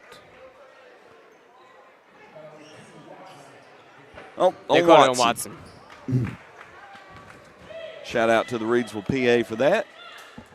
And Cawthon, his first one's good from the line. He's 2 of 2. 18-16 now. The Reidsville Rams in command by just 2 points. So 5:35 left in the second. His second free throw is good as well. A 19-16 3-point lead for Reidsville here on their home floor in Rockingham County. Autry's got it. Turns around. Autry gets it back. Now he goes left. Takes the three to tie it. Not it. Offensive rebound, Grady. Grady has it stripped. Stolen by Cawthon Cawthon. Jr. Cawthon Jr. just runs into Eric Wiley. There's a foul called on Wiley.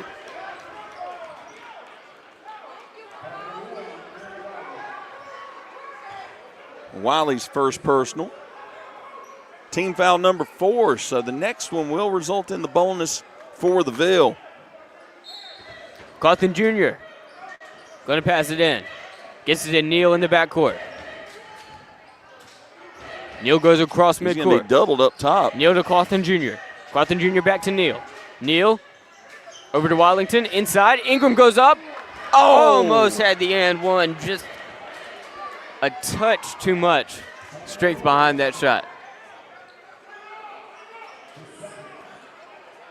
But Reidsville has a chance to extend the lead to a 2-possession lead for the first time tonight. I couldn't tell who the foul was on. They said it was their second. It was Watson. 20-16 after Ingram makes that free throw. Hit the backboard rim, went around the rim and in. But they don't give you style points on the scoreboard. 1 point's 1 point.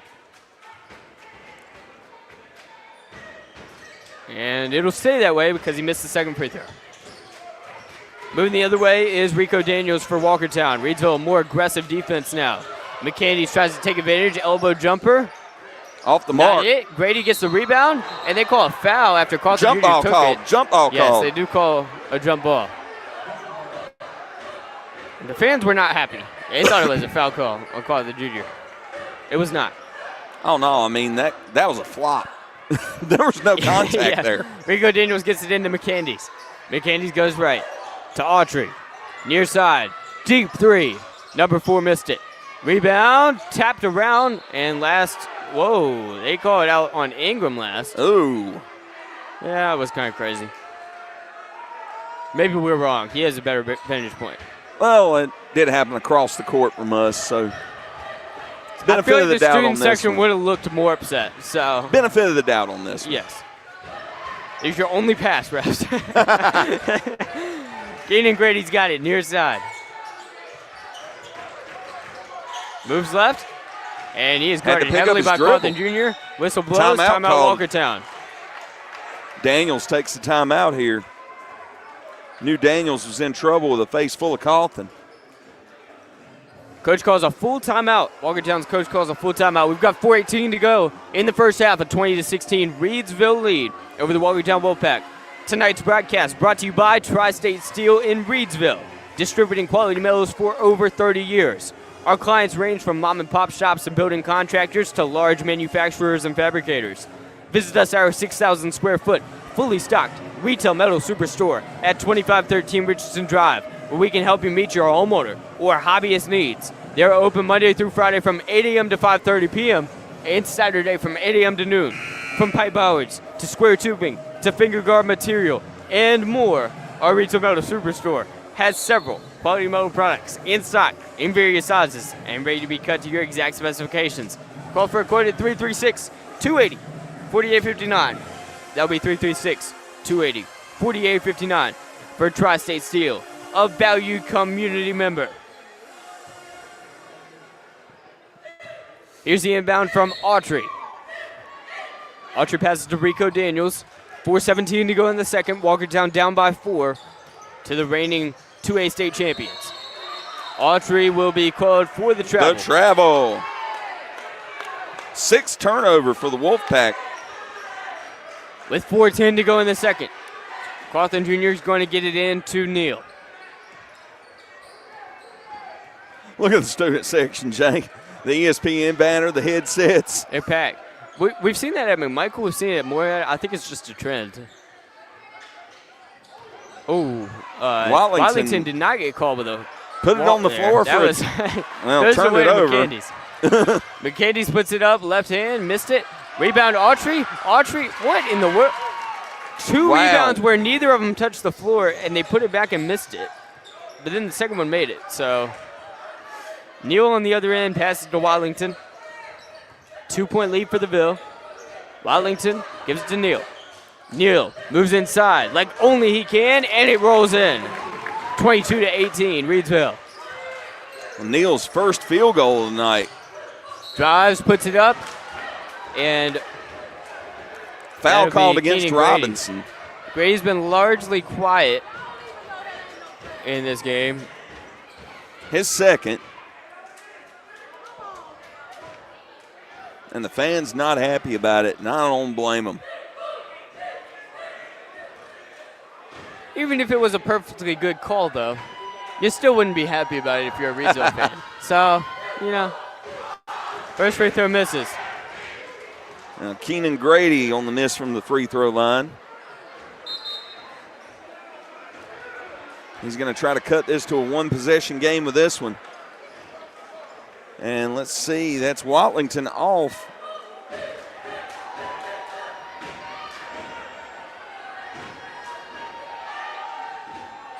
Second free throw, back iron, no good. Rebounded Deontay. Neal pushes it forward to Cawthon Jr. Cawthon Jr. into Ingram. Ingram loses That's it off out his off knee. of Ingram's leg. Whoa, they say looks like Reidsville it was ball. a touch. That was somebody else's knee. Give back call. Sure. I'll take it. Neal to inbound under the basket. Neal gives it to Cawthon Jr. Neal on the far side. Neal goes left. Neal pulls out. And they continue to pass the ball. Oh, Neal from deep, and it's good. What on earth? 25-18. Splash! From 70 feet out. Rico Daniels moves left. Step back. No good. Rebound to Cawthon Jr. moves Robinson. the other way. All the momentum on Reidsville's side. Can they continue it? Cawthon Jr. stops on a dime. Here's a three from Dones. Off the back iron. Rebound goes to A.J. Durant. Durant over to Rico Daniels. Rico Daniels inside. Puts it up. That's blocked by Ingram. On the other end, it's Neal. Neal in a foot race with Durant. Neal puts it up. Just short. Heading the other way, it's Autry. Autry has it knocked away on the almost interception. It was just a pass defended in the stat sheet as he knocked it out of bounds. Pass deflection. Rico Daniels gets it into Autry. Autry spins. Autry goes left. Autry draws it out. Now on the far side. In the corner, number one with the 2-pointer. Wow. 25-20. Reidsville still leads by 5. 2 minutes to go until half. Good shot there by Wiley to cut the lead to 5. Neal at the volleyball line. Neal goes left. Neal takes his time. In the corner, Dones misses the 3. Rebound on the far side. Jordan Autry in the right spot, right time, gets the rebound. Rico Daniels has it now. One of the starters goes up strong and one. What a job. And he has a chance to cut it to a 2-point game. They're going to call that one on. 25-22. Reidsville still leads. A 4-0 run, though, by the Walkertown Wolfpack, and a chance to complete the 3-point play for Rico Daniels.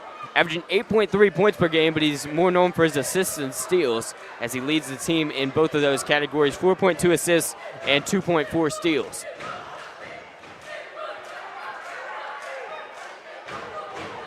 Daniels takes the dribble, right foot forward, makes it. A 25-23 Reidsville lead as Neal will make his way across midcourt. Frankie Galloway up to Neal. Neal inside, Ingram. Ingram out, Galloway, the 3. Airballs it. Rebound, and they continue to pass the ball around. Walkertown on the other end, fails to tie it. Rebound to Ingram. That was Daniels going up for it. Cawthon Jr. going crazy fast, but he missed it. Rebound, though, and it'll be Jordan Robinson with the score. 27-23, Reidsville leads, 60 seconds till half. On the other end, Autry responds with a layup. 27-25 now, Reidsville leads. Neal on the near side. Neal up to Cawthon Jr. Cawthon Jr. kicks it, and whistle blows.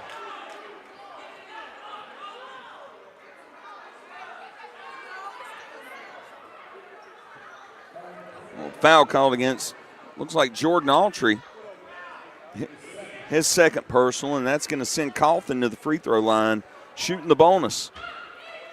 Cawthon 3 of 3 from the stripe. He makes the first. 28-25, Reidsville leads.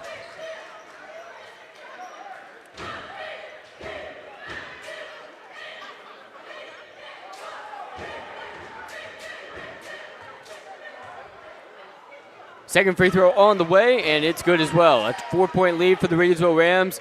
43 seconds and counting on the scoreboard. Got Rico Daniels making his way up the court. Passes it over to Eric Wiley. Wiley near side. Wiley goes up. Missed it. Rebound to Ingram. Ingram to Cawthon Jr. Cawthon Jr. pulls up the three. No, sir. Rebound Rico Daniels. Daniels over to Autry. Autry drives. Puts it up. Missed it off the backboard. Rebound to Cawthon. 15 seconds on the clock in the second. Neal goes up strong. Off the backboard and in. 31-25, Reidsville leads. 6-point game. Walkertown moving the other way. 5 seconds left in the second. Autry under the basket. Pump fakes, puts it up. It's good. And we will head to quarter number 3 as Neal comes up short on the 9/10 of the court shot. A 31-27 Reidsville lead here in the matchup between the Mid-State's top 2 conference teams. Reidsville beat them by 6 points last time they faced on January 16th. We're now here on February 10th. January 16th feels like 10 years ago. And the Reidsville Rams are leading by 4. They trailed by 10 at one point in that game. They don't trail by anything in this game, and they haven't trailed by 10 at any point. This game has stayed very close. Largest lead for either team was 7. That was a 7-point lead by Reidsville at 25-18. Walkertown briefly mounts not a comeback, but they did get a little bit more momentum in the final minutes of the second quarter. So now at halftime, Reidsville is going to have to regroup. Walkertown's going to have to regroup as well, and they're going to come out with some halftime adjustments. And Jonathan Hadley's going to bring you some halftime stats. Oh, over on the Walkertown side, A.J. Durant with 2 points. Eric Wiley with 4. Rico Daniels with 7. Jordan Autry leading the way with 12. Walkertown attempted 34 shots in the first half from the field. 2 of 9 from beyond the arc.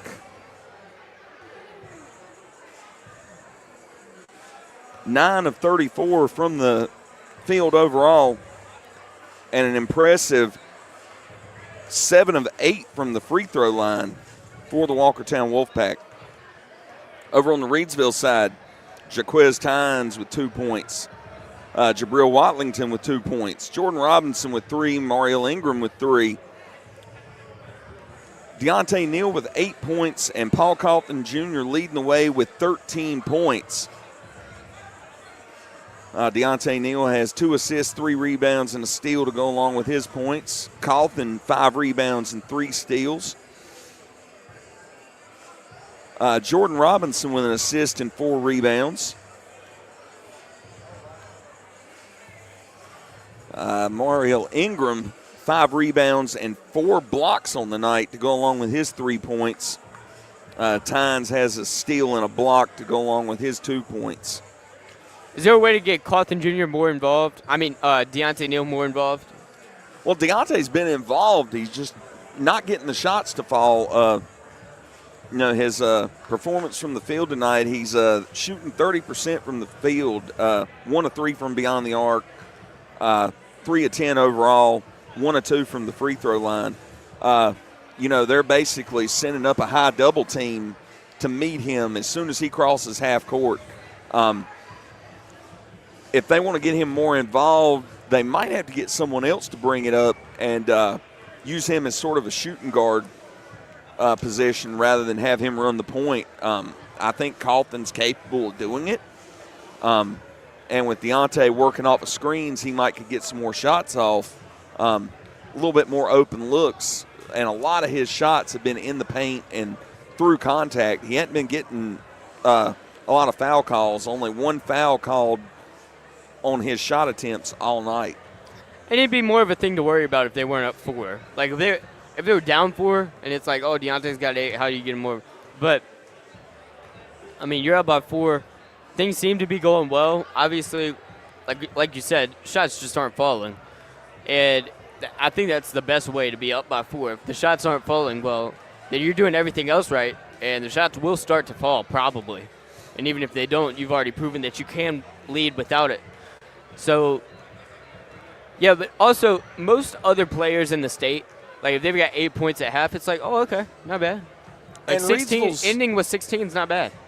Reidsville's overall shooting on the season, they're shooting 54% from the field and normally 41% from beyond the arc. That's crazy numbers. Well, they're 1 of 8 from beyond the arc tonight. The three-pointers have not been falling.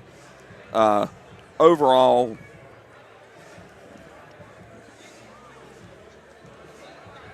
they've taken 29 shots. They've hit 11. 11-27 is better than most teams. Let's be honest. The three-point average, according to the AI overview on Google, in the NBA is 35.9%. They're shooting, I know the NBA 3 is farther, but also these guys don't do this for a living.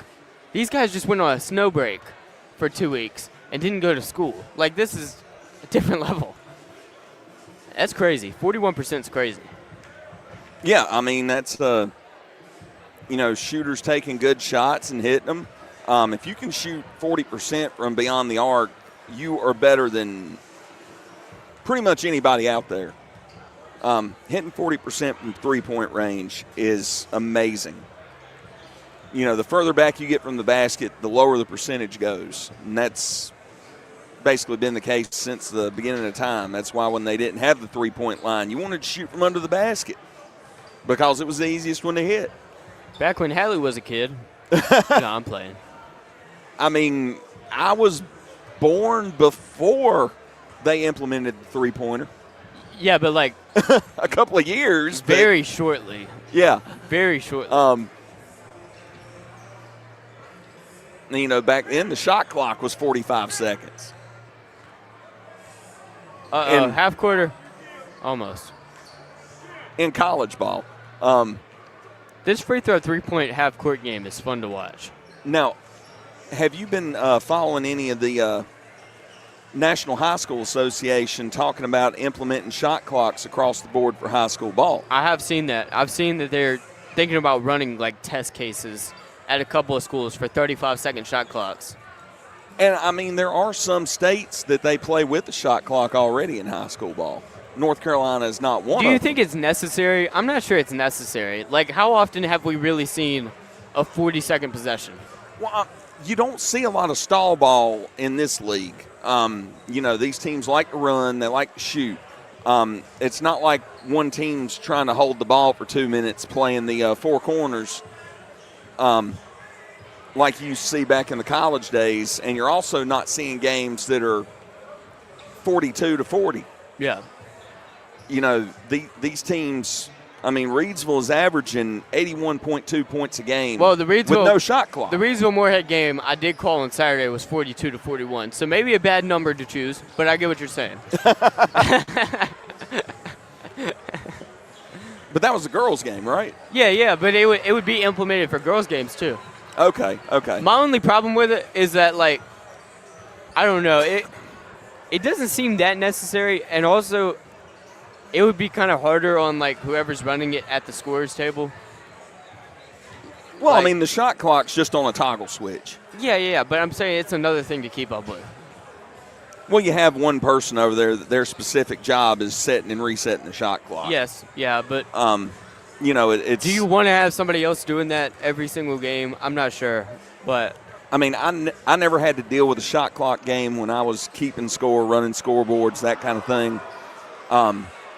It's a different animal that I've watched plenty of games that had shot clock, never in high school, and never at the recreation level. But you don't see teams playing keep away, at least not any games that we've seen. I don't think it's a necessity to speed up play or to up scoring. Yeah. Because these teams play up tempo. They want to shoot. They want to run. They don't want to hold the ball. Yeah. And I think the if shot you clock, implemented a 35-second shot clock, most of these guys, they'd be taking shots before the shot clock anyway. So, I don't think it would affect them that much, and it wouldn't affect the game that much at this level, at least in this league and in this conference. and if it won't affect it that much, I say just leave it without it. If you start to have a thing, like I think the first story of when they introduced the shot clock was when it was like a 22-21 basketball game in the NBA, and there was something crazy like the third quarter or something, or I don't know, 10 minutes left to go, and the dude just held the ball, like, or they just passed the ball around. Like, we don't see that here. Like, it's just not. No, you don't see teams You getting to never a see lead and just trying to hold possession forever. Yeah, it doesn't. So, like, if it got to that point, then sure, introduce it. But it costs money to do this. It's just. It's just, don't. You're they're putting running the, tests. Like, if it works great, then fine. Then whatever. But I mean, what's the end goal of it? You want to see 100-point high school games? I do. No, I'm kidding. I don't. Well, I mean, they're playing 8-minute quarters. It doesn't make it better. You very rarely see 100-point games in college with the shot clock, and they play for 8 extra minutes. Yes. And the NBA, I think the average is probably around 100, but they play 48 minutes. So you're playing literally 1.5 times what they play here. I mean, Reidsville's averaging more than a lot of college teams at 81 points a game, and there's no shot clock. Yeah. So, if it's not broke, don't fix it. All right, here we go. Quarter number 2. Oh, crap. All right, we're starting off wrong. All right, start that over. That was part of the halftime show. Here we go. Quarter number 3 on the way. 31-27, Reidsville lead. 8 minutes on the clock as Deontay Neal brings it up the court for the Reidsville Rams. Rams up by 4, guarded by Autry is Neal. Neal and Carlton Jr. take turns with it. Back to Neal. Now Galloway Jr. thinks about a 3. The lefty passes to Tynes. Tynes bounce passes to Carlton Jr. Here's a 3. Neal. Oh, off the mark. Fails. Rebound to Carlton. Carlton on the far side. Passes to Neal. Neal spins. Guarded by Autry, gives it to Galloway. Near side, Carlton Jr. Back up to Galloway. The southpaw pushes off, floats it up with his left hand. It's good. Shot. 33-27. Reidsville leads by 6. 7:15 to go in the third. Galloway with his first 2 of the game. Rico Daniels gives it to Autry. Jordan Autry up to Grady. Now it's Rico Daniels with it. Daniels puts it up. Long 2. Long on the jumper. Rebound, though. Offensive rebound and the score by A.J. Durant. Now 33-29. Deontay Neal near side wing. Up to Carlton Jr. Carlton Jr. goes right. Carlton Jr. draws it out. Thinks about it. Galloway uncorks the 3. False. Rebound. Rico Daniels. Daniels tries the bounce pass. It goes off the shin of Carlton Jr. He's charged with the kickball.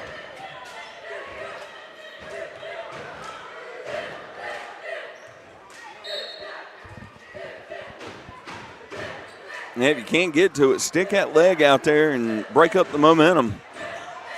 Autry drives. Autry turns. Autry guarded by Galloway. How many Autry steps kicks it are they out. going to give him? Far side, puts it up. No good. Rebound Tynes. And it goes out of bounds. And they say it was last touched by Tynes. Tynes just lost control of it. And he is frustrated. He got frustrated early. He's getting hammered down low. Here comes the inbound. He sat most of the first half. Eric Wiley puts it up. Short jumper's good. Good bucket there for Wiley. He's got 6 now. 6:13 to go in the third. A 2-point game now. 33-31 Reidsville. Neal at the attack line to Galloway. Galloway thought about it. Galloway passes to Ingram. Ingram dribbles out to Neal. Neal in the corner. Neal on the baseline. Tosses to Carlton Jr. Carlton Jr. in the far side corner. He is trapped and it's stolen. Stolen by Daniels. Back to Daniels. Daniels moves across midcourt. Knocked away by Cawthon Jr. Daniels recovers in the backcourt.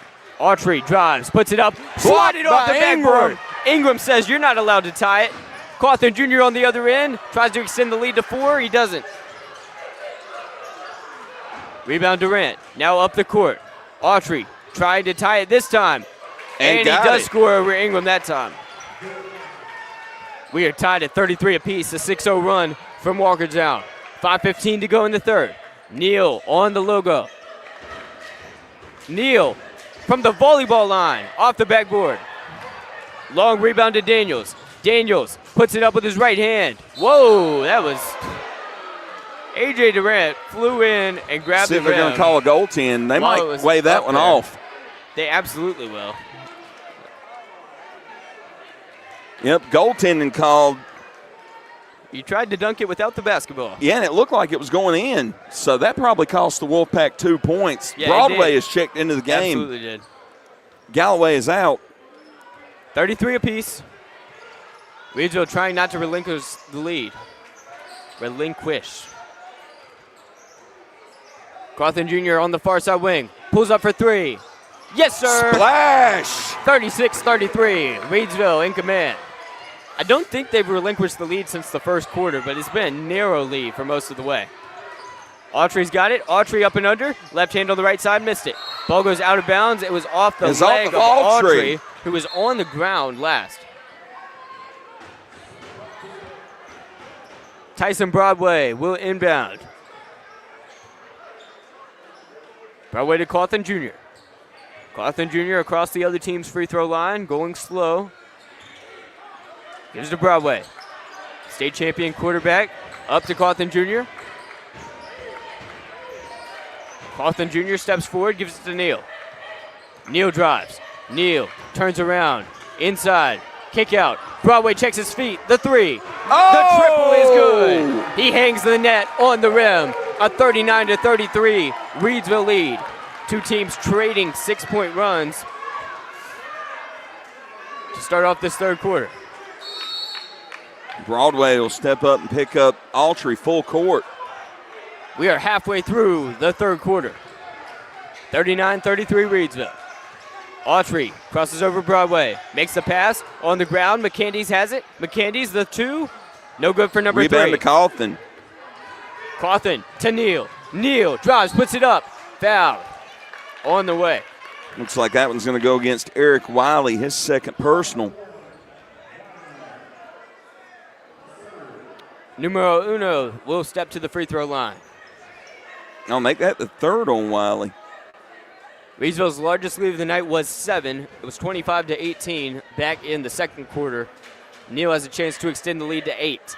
Well, Uno is 1 of 2 from the stripe tonight. Make that 2 of 3 and a 40-33 lead for the Reidsville Rams. 7-0 run after Walkertown's 6-0 run tied it early in the third.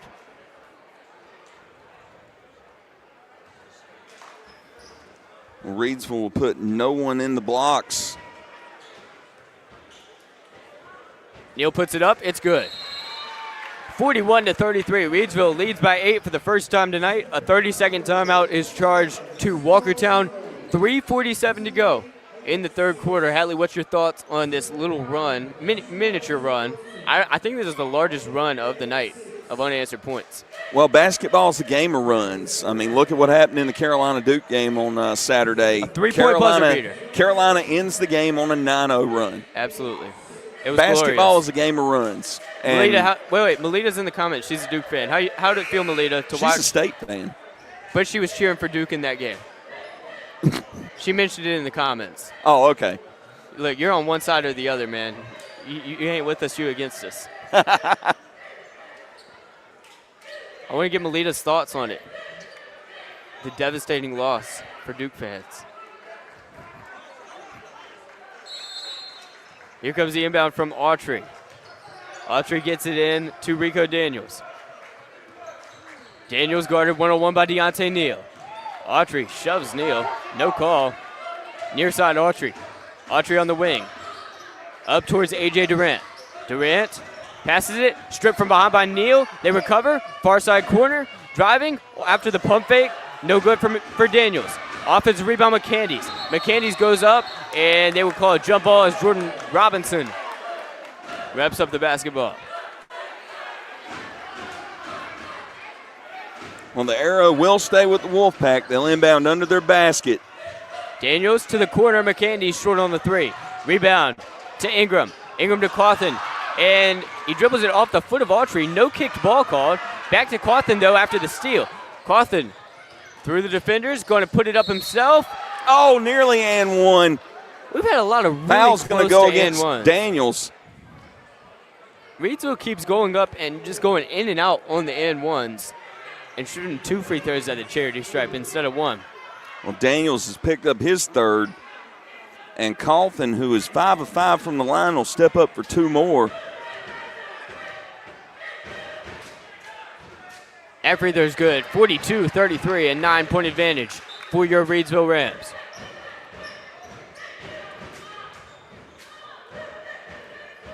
Malia says, I hated to see Duke lose. I'm glad to hear it. Cawthon Jr. will shoot a second free throw.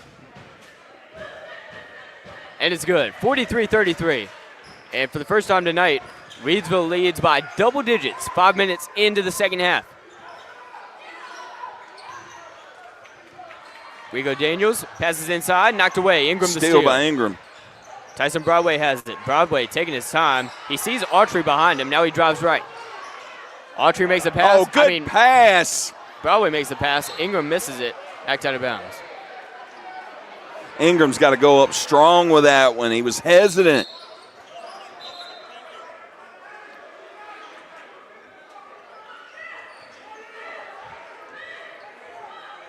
Dribbling up the court, Rico Daniels. No, it's not. He passed it to Eric Wiley, who will dribble up the court. He's on the far side, back to Daniels. Daniels over towards Watson. Jordan Watson goes left.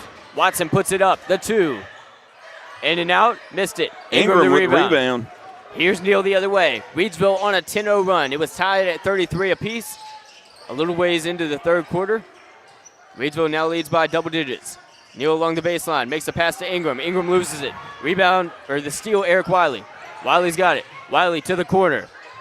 Oh, and the foul. Jordan Watson. And Robinson left his feet. Robinson. Couldn't control.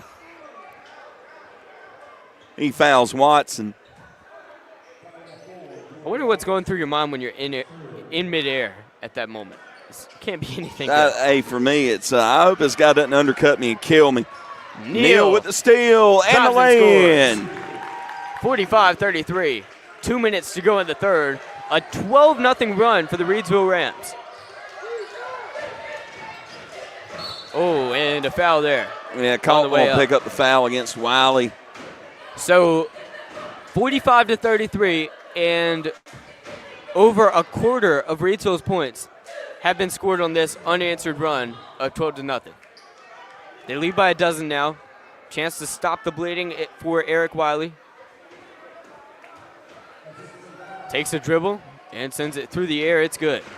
45-34 now. Reidsville still leads by 11.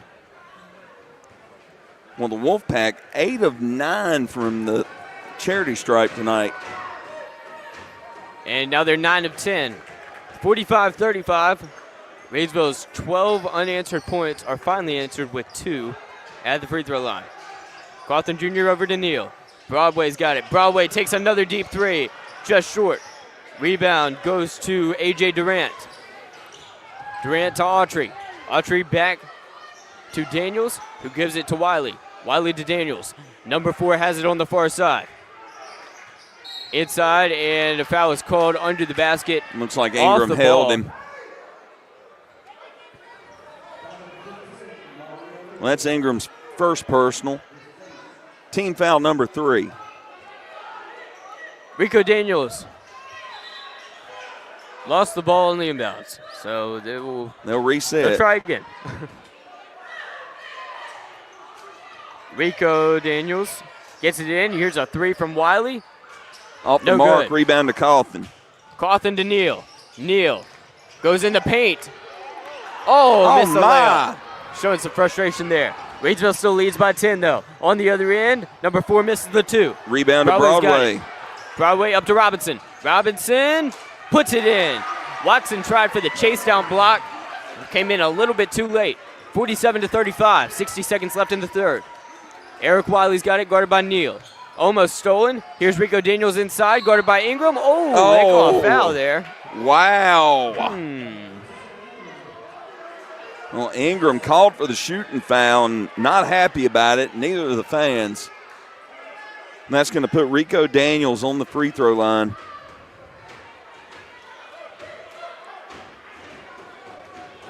Daniels averaging over 8 points per game will make the first.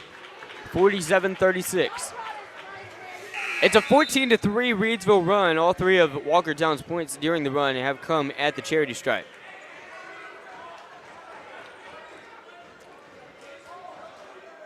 .52 to go in quarter number 3. Second free throw on the way from Rico Daniels. It's good. 47-37 now. Neal comes the other way. 45 seconds left in the third. Cawthon Jr. near side wing. Back to the logo, now on the far side, Watlington. Neal to Cawthon Jr. in the corner. Double team. Cross-court pass. Watlington, the three. Oh, Short off the line mark. drive. On the other half of the court, Autry goes up, blocked by Neal, but they call a foul.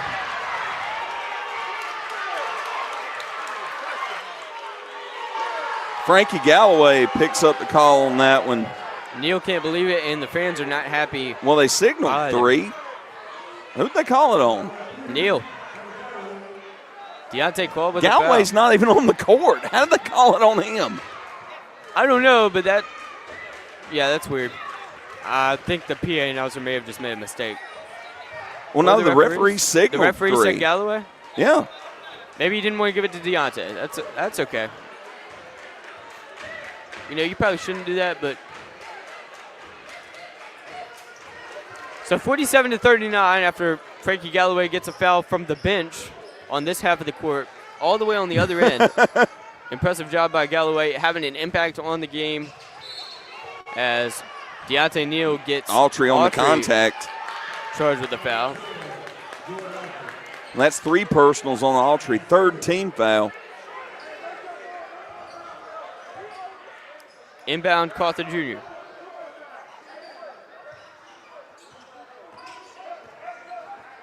Neal dribbles forward. Neal moves right, crosses over Watson. On the near side, 7 seconds left in the third. Neal maneuvering his way in and out. Here's a three from the corner. Cawthon Jr. just missed. Wow. Rebound Walkertown, and they don't get a shot off in time. We head to the final quarter, 47-39. Reidsville goes on a 12-0 run in the middle of the third. They end the quarter on a 14-6 run.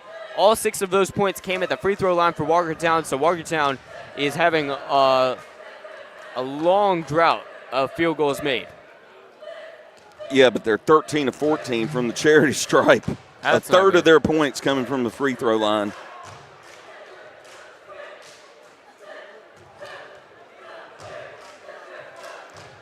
Deontay Neal with 12 on the night, 3 assists, 3 rebounds, a couple of steals.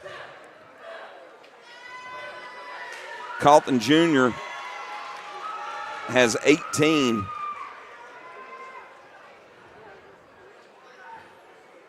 Galloway with 2, Robinson with 5, Watlington with 2, Broadway with 3, Ingram with 3, Tynes with 2. And over on the Walkertown side, Wiley with 8, Daniels with 11, Autry with 16, Durant with 4. So we've got 8 minutes to go in this ball game. Conference rivalry action on RoCo Radio. Thanks for listening. YouTube, Facebook, Substack, RoCoRadio.com. We're happy to have you along as Reidsville and Walkertown jockey for position as the number 1 team in the Mid-State Conference. It's a rematch of last year's championship where Reidsville blew out Walkertown. Reidsville only beat Walkertown by 6 last month. Cawthon Jr. has it on the far end. Reidsville's up by 8. He goes left. Cawthon Jr. in trouble. somehow maintains his dribble despite the extreme defense. Now Neal has it. Neal going to drive. Neal puts it up. Off target. Heading the other way is Autry. Autry makes the pass. And here's the shot from Watson. In and out. Cawthon Jr. the rebound. Cawthon Jr. to Neal. Neal goes up strong. Misses the layup again. Now on this end, Keenan Grady passes to Jordan Watson. Watson puts it up. Watson off the backboard and in. The first time Walkertown scored in feels like 10 minutes. Not of actual game time, but real life time. Carson Dolan's on the other end. Gives it to Cawthon Jr., who is in the circle.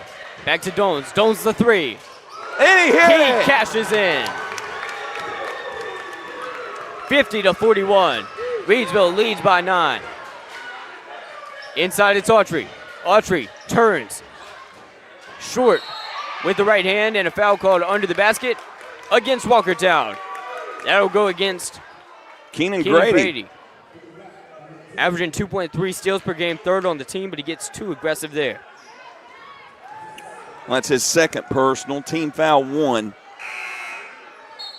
Reidsville with the 50-41 lead, 6:39 left to go in the game.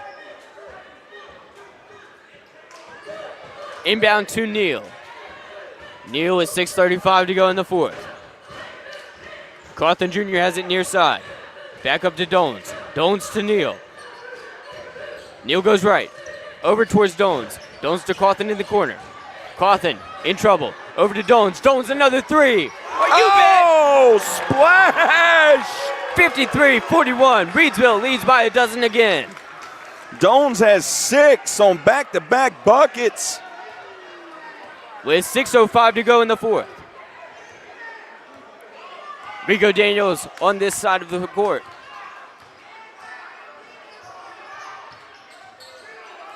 Walkertown moving the ball around the perimeter, taking their time on this possession. Deep three from Autry. He responds. The answer. 53-44.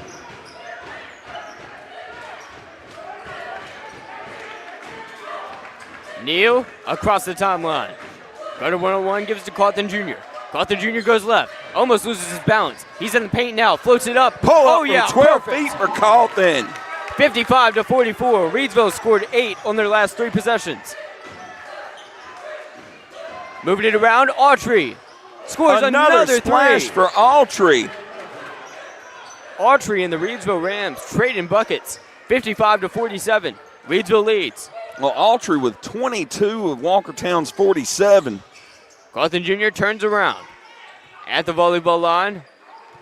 Waits on Neal. Neal's got it. Neal high up top. Guarded 1-on-1 by Eric Wiley. Number 1 guards number 1. Neal taking his time. Switching defenders, Autry. And now Neal will drive to the basket. And he's fouled. Missed the layup, but he'll head to the charity stripe to score 2. Foul will go against Durant on that one. Second personal. Team foul number 2.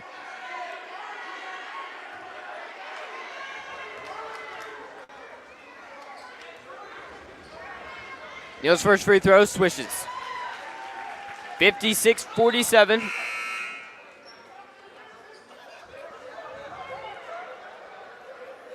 Neal 4 of 5 from the charity stripe.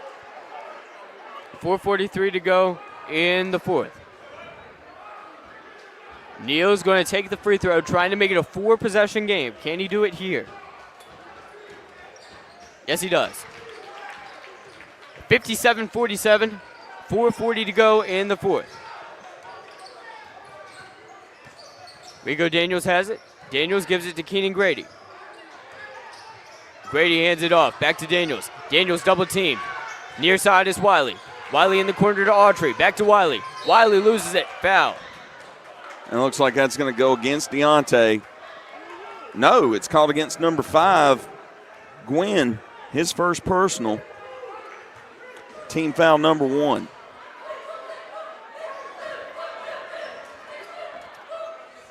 Inbound in the baseline to Walkertown. It's up top to Wiley.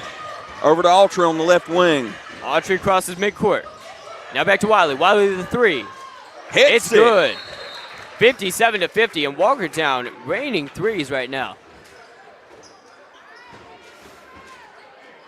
The Wolfpack 3 of 3 from beyond the arc in the fourth quarter after going 2 of 11 for the first 3 quarters. And it came at the right time because with how Reidsville's playing, I mean, you get Karsten Dolans to hit threes from each wing, and then Cawthon Jr. scoring a great mid-range or a floater. If they would have done that and these threes aren't falling for the Wolfpack, it's over. It's done. Door is slammed shut. Oh, yeah, you've got a 16-point game right here. Now it's a 7-point game. Reidsville still leads by a good amount, but when the other team's hitting 3 threes in a row, 7 points feels like nothing.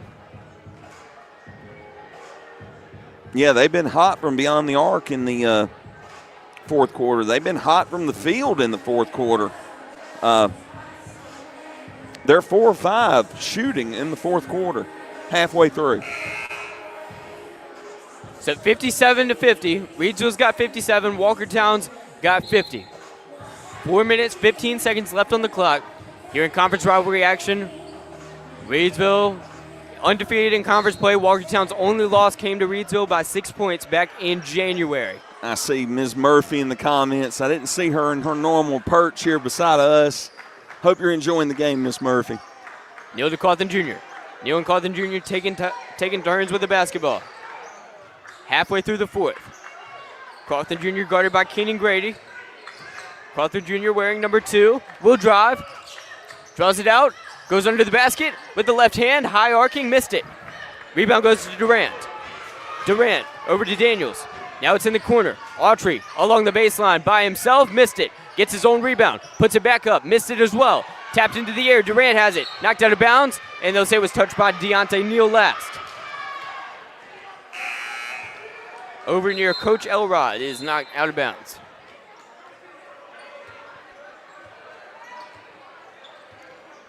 We go Daniels to pass it in. 3:36 to go in the fourth. I guess they should be getting about ready to start baseball practice. Coach Elrod's going to be busy on these nights. Not going to be able to come to these basketball games maybe. Daniels inbounds to the far side corner. Over the top, it's Autry. Autry drives to the hole, left-handed, and he gets the roll. 57-52. 5 points separate Reidsville and Walkertown. 3.5 minutes to go. Cawthon Jr.'s got it. Cawthon and Neal communicating. Deontay holds on. Cawthon Jr. in the corner. Pump fakes. Going along the baseline. Up and under. Missed the layup. Ball is batted around. Wiley comes up with it for Walkertown. Wiley drives. Wiley puts it in. No foul from Neal. 57-54. Walkertown mounting a comeback. 180 seconds left for Reidsville to defend this 3-point lead. Deontay near side. Deontay over to number 5. Back to Deontay. Neal and Whitted taking turns with the ball. Neal going left. Neal inside. Up and under. It's good. Off the backboard to Deontay. Vintage Deontay Neal. 59-54. 2.5 to play. Up top.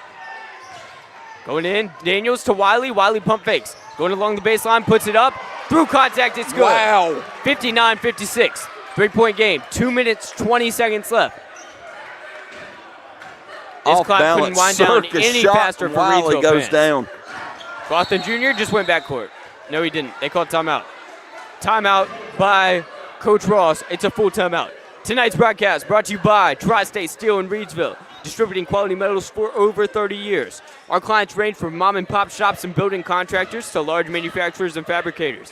Visit us at our 6,000 square foot, fully stocked retail metal superstore at 2513 Richardson Drive, where we can help you meet your homeowner or hobbyist needs. Open Monday through Friday from 8 a.m. to 5:30 p.m. and Saturday from 8 a.m. to noon. From pipe bollards to square tubing to finger guard material and more, our retail metal superstore has several quality metal products in stock in various sizes and ready to be cut to your exact specifications. Call for a quote at 336-280-4859. That'll be 336-280-4859 for Tri-State Steel, a valued community member. Well, Ms. Murphy, RoCo Radio, on behalf of all of us, we offer our condolences for your loss, and we hope you feel better soon. Be praying for you, Miss Murphy, and hope you can get back to some games soon. Cawthon Jr. to inbound. Gets it to Neal. 59-56. Reidsville leads Walkertown by 3. Ingram's got it. Ingram drives. Ingram loses it. He's stripped. Steal for Daniels. Daniels drives. And Tapped that's away. stripped. Tapped by Neal. Cawthon Jr. 1-on-1 with Durant. Cawthon Jr. goes up. Tries to draw the foul. Missed the shot. Rebound Cawthon Jr. Cawthon Jr. kicks it out. Robinson has it stripped. On the other end, number 10. Guarded by Neal. Euro steps and scores. Keenan Grady with the basket. 59-58. Reidsville leads by 1. 100 seconds to play in the fourth quarter. Walkertown mounting a fourth quarter comeback as Neal is fouled by Eric Wiley. Well, that's Wiley's fourth. Here comes the inbound. Carson Dones. No, it'll be Cawthon Jr. with the inbound. Dones, Ingram, Jordan Robinson, Neal, and Cawthon Jr. on the court. Here comes Neal dribbling forward. 90 seconds to play. Reidsville leads their conference rivals by 1 in this rematch of last year's Mid-State 2A title game. Deontay Neal drives, goes up, goes in the air, and gets the and one. 61-58. As Deontay Neal will try to make this a 2-possession game. It's like he just pauses time for himself only in midair and just hangs there for a minute. Now, I don't know who got charged with the foul on that one.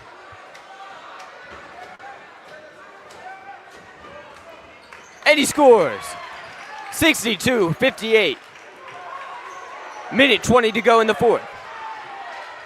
A timely three-point play from Neal. On the other end, it's Daniels. Daniels to Wiley. Now in the near side corner, it's Autry. Autry drives. Autry scores along the baseline. 2-point ball game. Walkertown, 30-second timeout. 67 seconds to go in quarter number 4. Reidsville 62. Walkertown 60.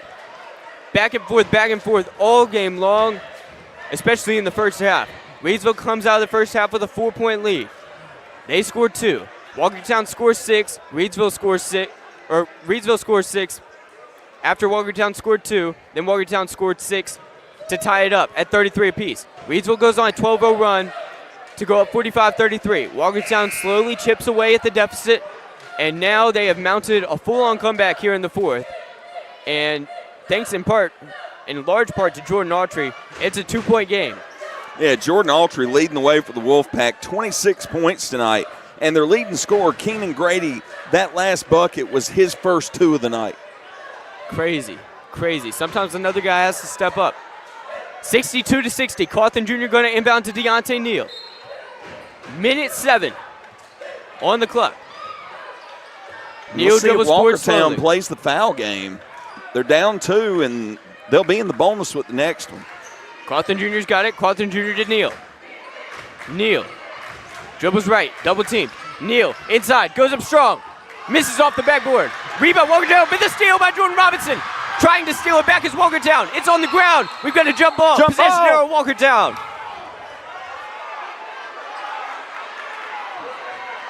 Jordan Robinson had a massive steal after the rebound by Walkertown. Ball was batted out and stolen from Robinson. He gets it on the floor, and Walkertown has a possession arrow. 44.8 seconds on the clock. Coach Ross said the player was out of bounds touching the ball, and he's got a point. Less than 3/4 of a minute remaining. Reidsville has 62, Walkertown has 60. But jump ball called, and the arrow belongs with the Wolfpack. Reidsville's led by as many as 12 at 2 different points in this game. Dribbling up the court is Rico Daniels. Daniels gives it to Keenan Grady. Keenan Grady, he's been quiet tonight, kicks it out. Wiley's got it. 30 seconds to play. Wiley. That's a travel. Foul is called. Foul is called on Demarion Whitted. Demarion Whitted charged. Well, that's called on R.J. Gwynn. No, it's Whitted now. They updated. They changed numbers. Here comes the inbound from Rico Daniels. 28.8 seconds to go. 62-60. Reidsville leads. Knocked away. Grady's on the floor. Jump ball. Reidsville basketball. 62-60. Reidsville leads. 27.2 seconds on the clock to try and bleed off. We'll see if Walkertown tries to foul. They've got 2 players guarding Deontay Neal. You got Cawthon bringing the ball in.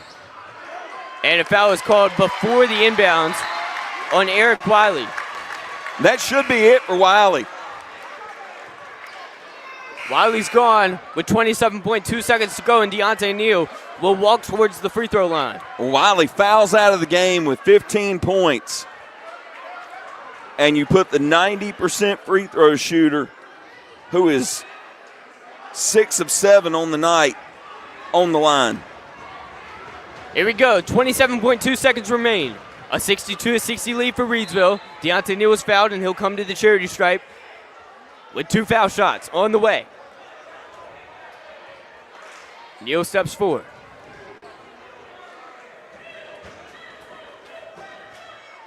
First one's good. They lead by 3. On the other end of the court is Jaden McCandy's trying to cherry pick. Cawthon Jr. is guarding him. And no Reidsville guys set to rebound. Mario Ingram, Jordan Robinson, Demarion Whitted are all out beyond perimeter. And the extra free throw is good. Nails it. A 4-point lead for the Reidsville Rams. And we got a timeout. 27.2 seconds to go in the fourth. A timeout as Reidsville leads 64-60. Walkertown trying to mount the comeback after being down by 12 points not too long ago. I believe we were in the fourth quarter and it was a 12-point game. Yeah. And we were also in the third quarter at a much different point with like 2 minutes to go, a 12-point game. Walkertown is mounting their second comeback, and they are trying to finish the job, but Reidsville's Deontay Neal may have put this game on ice at the line with those 2 free throws. Well, I'll tell you, with the hot shooting of the Walkertown Wolfpack, especially in this fourth quarter, this game is far from over.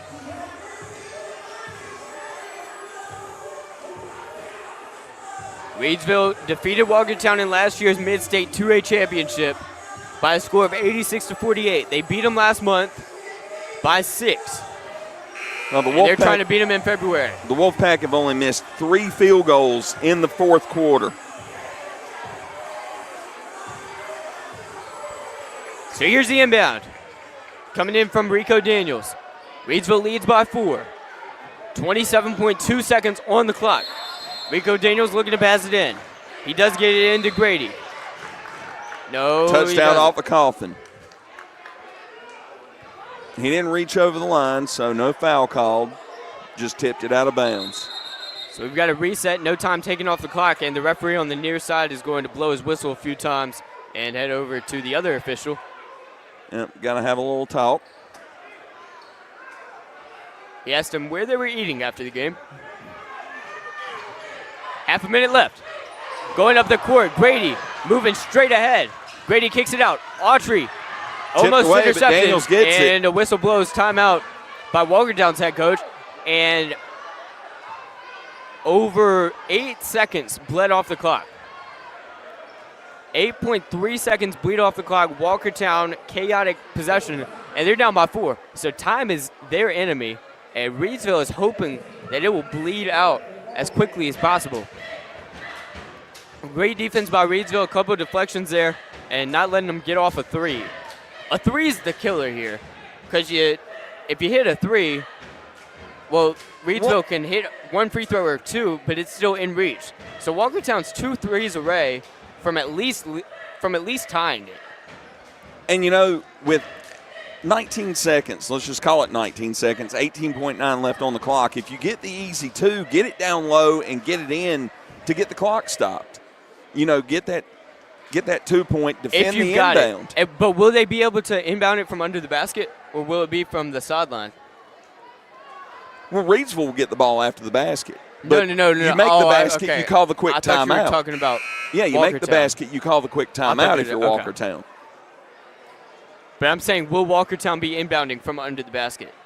No, they'll be inbounding from the sideline. Okay, so it's kind of harder to get the easy basket. But here comes the inbound. It'll come from Jordan Watson. 18.9 seconds to play. Reidsville leads Walkertown 64-60.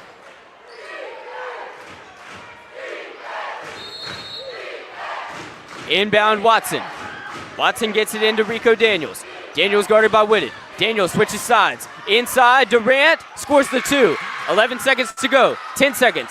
Referee to Reidsville. Clock is running. 5 seconds left. And the foul is called. 5.7 to go.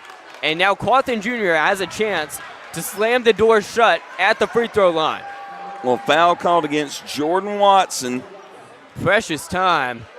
Paul Draining Kaufman off the Jr., clock. who is 7 of 8 from the free throw line, will step up to shoot 2. 13.2 seconds went off the clock. And since it was 27.2 seconds to go, it's now 5.7. A ton of time left off the clock. Cawthon makes the first free throw. And here's his chance to finish the job. 65-62.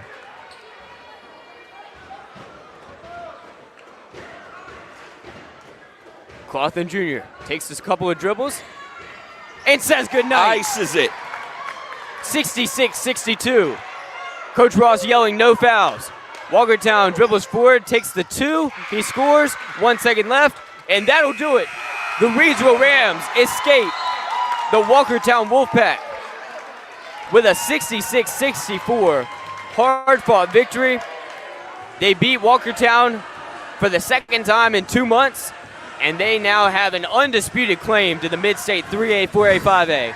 After defeating Walkertown in the Mid-State 2A championship last year, they beat them again here to improve to 9-0 in the conference. Walkertown drops to 7-2 in the conference. They're now tied for second with McMichael. Walkertown's only 2 losses coming to the Reidsville Rams here in conference play. Walkertown, a 3A championship contender who's played an insane schedule but still done well, and a tough challenge for these Reidsville Rams.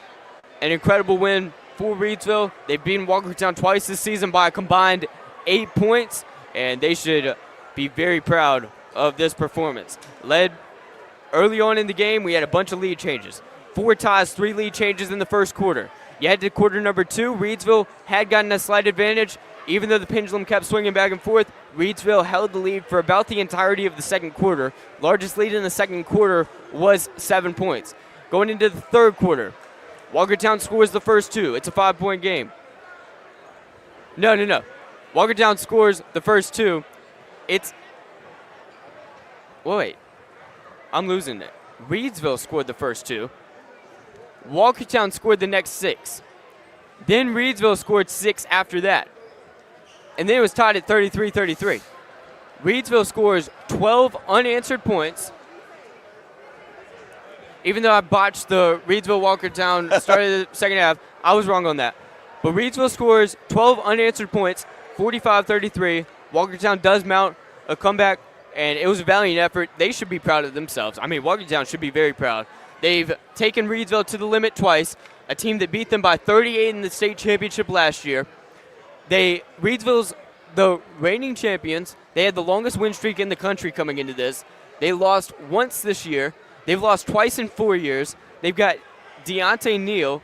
So many things to be proud of if you're Walkertown, even though they just came short. Yeah, Walkertown, this is the type of game that forges you in fire for playoff time. You're playing upper class, although it's a conference game. Reidsville, the defending 2A state champions, playing 4A this year. Walkertown, a 3A team, drop a tough 2-point loss, dropped a tough 6-point loss at their house. I mean, you just took Reidsville down to the wire in Reidsville. That's the type of game that prepares you for what's coming in a couple of weeks when state playoffs start. And out of that 3A West, I expect Walkertown is going to make some noise. Now, that 3A East is a gauntlet. Farmville Central, Kinston. There are some very tough teams in that 3A East. Absolutely. That's going to – I'll tell you what, whoever comes out of that 3A East is going to be almost unbeatable in the state championship. And I'm not sure if Walkertown is one of those teams that's in flux. I mean, I could check it real quick. I figure they're more likely going west. And I think they've got a shot at that 3A West division. I can check it real quick. A very realistic shot. This is a good basketball team, one of the best that Reidsville has faced this season. And they played well. They got a lot of breaks that went their way. But you need that to beat Reidsville, and that happens in the playoffs. Oh, exactly. You can't say it as a criticism if – I'm not saying you are, but I'm saying this can't be levied against them as a criticism if, Like, that's how you win championships. Name me a playoff run in any sport that hasn't featured a lucky break or two. You can't. Oh, it doesn't exist. You're going to need a couple of lucky breaks, exist. and it's how you capitalize on those for if you can, if you're worthy of winning the title. So they're going to need that in the playoffs. And some post-game stats. Jordan Autry leading the way for the Wolfpack with 26 points. Eric Wiley added 15. Rico Daniels with 13. A.J. Durant with 6. Keenan Grady with 2. Jordan Watson with 2. Over on the Reidsville side, a lot of share the wealth tonight. Jaquez Tynes with 2. Watlington with 2. Frankie Galloway with 2. Tyson Broadway with 3. Mariel Ingram with 3. Jordan Robinson with 5. Karsten Dones with 6. Deontay Neal, who had 8 points in the first half, got up to 21 at the end of the game. A lot of that coming from the free throw line. And Paul Coughlin Jr. leading the way with 22. So 22 for Coughlin. He got his scoring average. Deontay Neal didn't quite get the 36 points he usually averages, but 21 was enough. And I think that's a good thing, too, if you're a Reidsville fan at home. Sorry to interrupt, but, like, if you're a Reidsville fan at home and you see, oh, Deontay doesn't have to score an insane amount of points at the high school level for us to win. He can score 21, and Coughlin Jr. can have a great game. Yeah. Everybody else can chip in, and you can have big plays down the stretch by Jordan Robinson and Demarion Whitted and Karsten Dolans with 2 huge threes, and look, you'll be fine. Yeah, there were no bigger shots in this game than those 2 back-to-back threes from Karsten Dolans, and, you know, he wasn't even really on the radar. I didn't have him written down on my roster. That's how it works in a playoff run. Like, you're going to have some guy who's left open who hits a couple of big threes and you weren't thinking about him. And it's not always going to be just Deontay Neal. So it's good news for Reeds. Also, on your point about Walkertown, you were literally dead on. You said likely West. So according to high school overtime's projections, it literally says likely West. So if any of the 24 teams that are supposed to be on the West drop and don't make the playoffs, then they're in. So, like, it's basically unfathomable that they end up on the East, which is a good thing. Yeah, that 3A East is a gauntlet in basketball, like I said earlier. That could be top to bottom the toughest division in North Carolina high school basketball, that 3A, especially that 3A East. There are a lot of powerhouses out there. There are a lot of teams that when they get into the playoffs and they play against each other, it's going to be an absolute dogfight. And, you know, Reidsville, you know, they've had to hard fight a few games against some tough teams. I think it's going to forge them come playoff time. They're going to be ready for tough competition coming out of the 4A East. And, you know, they're looking at it's likely that they get their rematch with Washington. Oh, yeah. It's extremely likely. I would be very shocked if it's not Reidsville 1, Washington 2, and they meet in the semifinals. Now, it's basketball. Somebody can get knocked out, but overall, I think that's just kind of the prediction right now. Yeah, and, I mean, I like the odds of that happening, honestly. Reidsville, I will say I don't think they played their best tonight. Their shooting was off a bit. I think they played well, just their shooting was off. I don't think those two things are the same. It wasn't their best game. That's true. But they still managed to pull out a win. And that's important when it comes to playoffs too, is if you can play just not quite your best, but you find a way to win. And that's gonna come in huge, you know, late in the season, come playoff time. It's the type of games that you need, because you can have one bad game when it comes to playoff time, and if you don't get enough done to win, all of a sudden you're sitting at home and it's time to go to the batting cage and hit some baseballs. Well, thank you guys so much for listening in. Quick recap, Reidsville gets a big victory over Walkertown, a blowout victory, and they are on their first 4-game win streak since 2023, 3 years ago. And they're doing a fantastic job. Look, don't think about snow, but they haven't lost in like 25 days, and they've got all the momentum. They've improved to number 2 in the Mid-State Conference after being towards the bottom of the 3A, 4A, 5A conference up until recently. So Reidsville gets a Reidsville girls get a big win, and the Reidsville boys beat Walkertown in another high-profile matchup. They beat them close, 66-64. It was a thrill to call. Thank you guys so much for joining us on it. RoCoRadio.com, YouTube, Facebook, or Substack. We were so happy to bring you 2 big Reidsville wins in conference action over the Walkertown Wolfpack.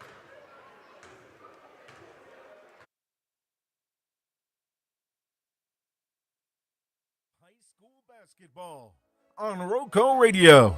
Brought to you by Tri-State Steel in Reidsville.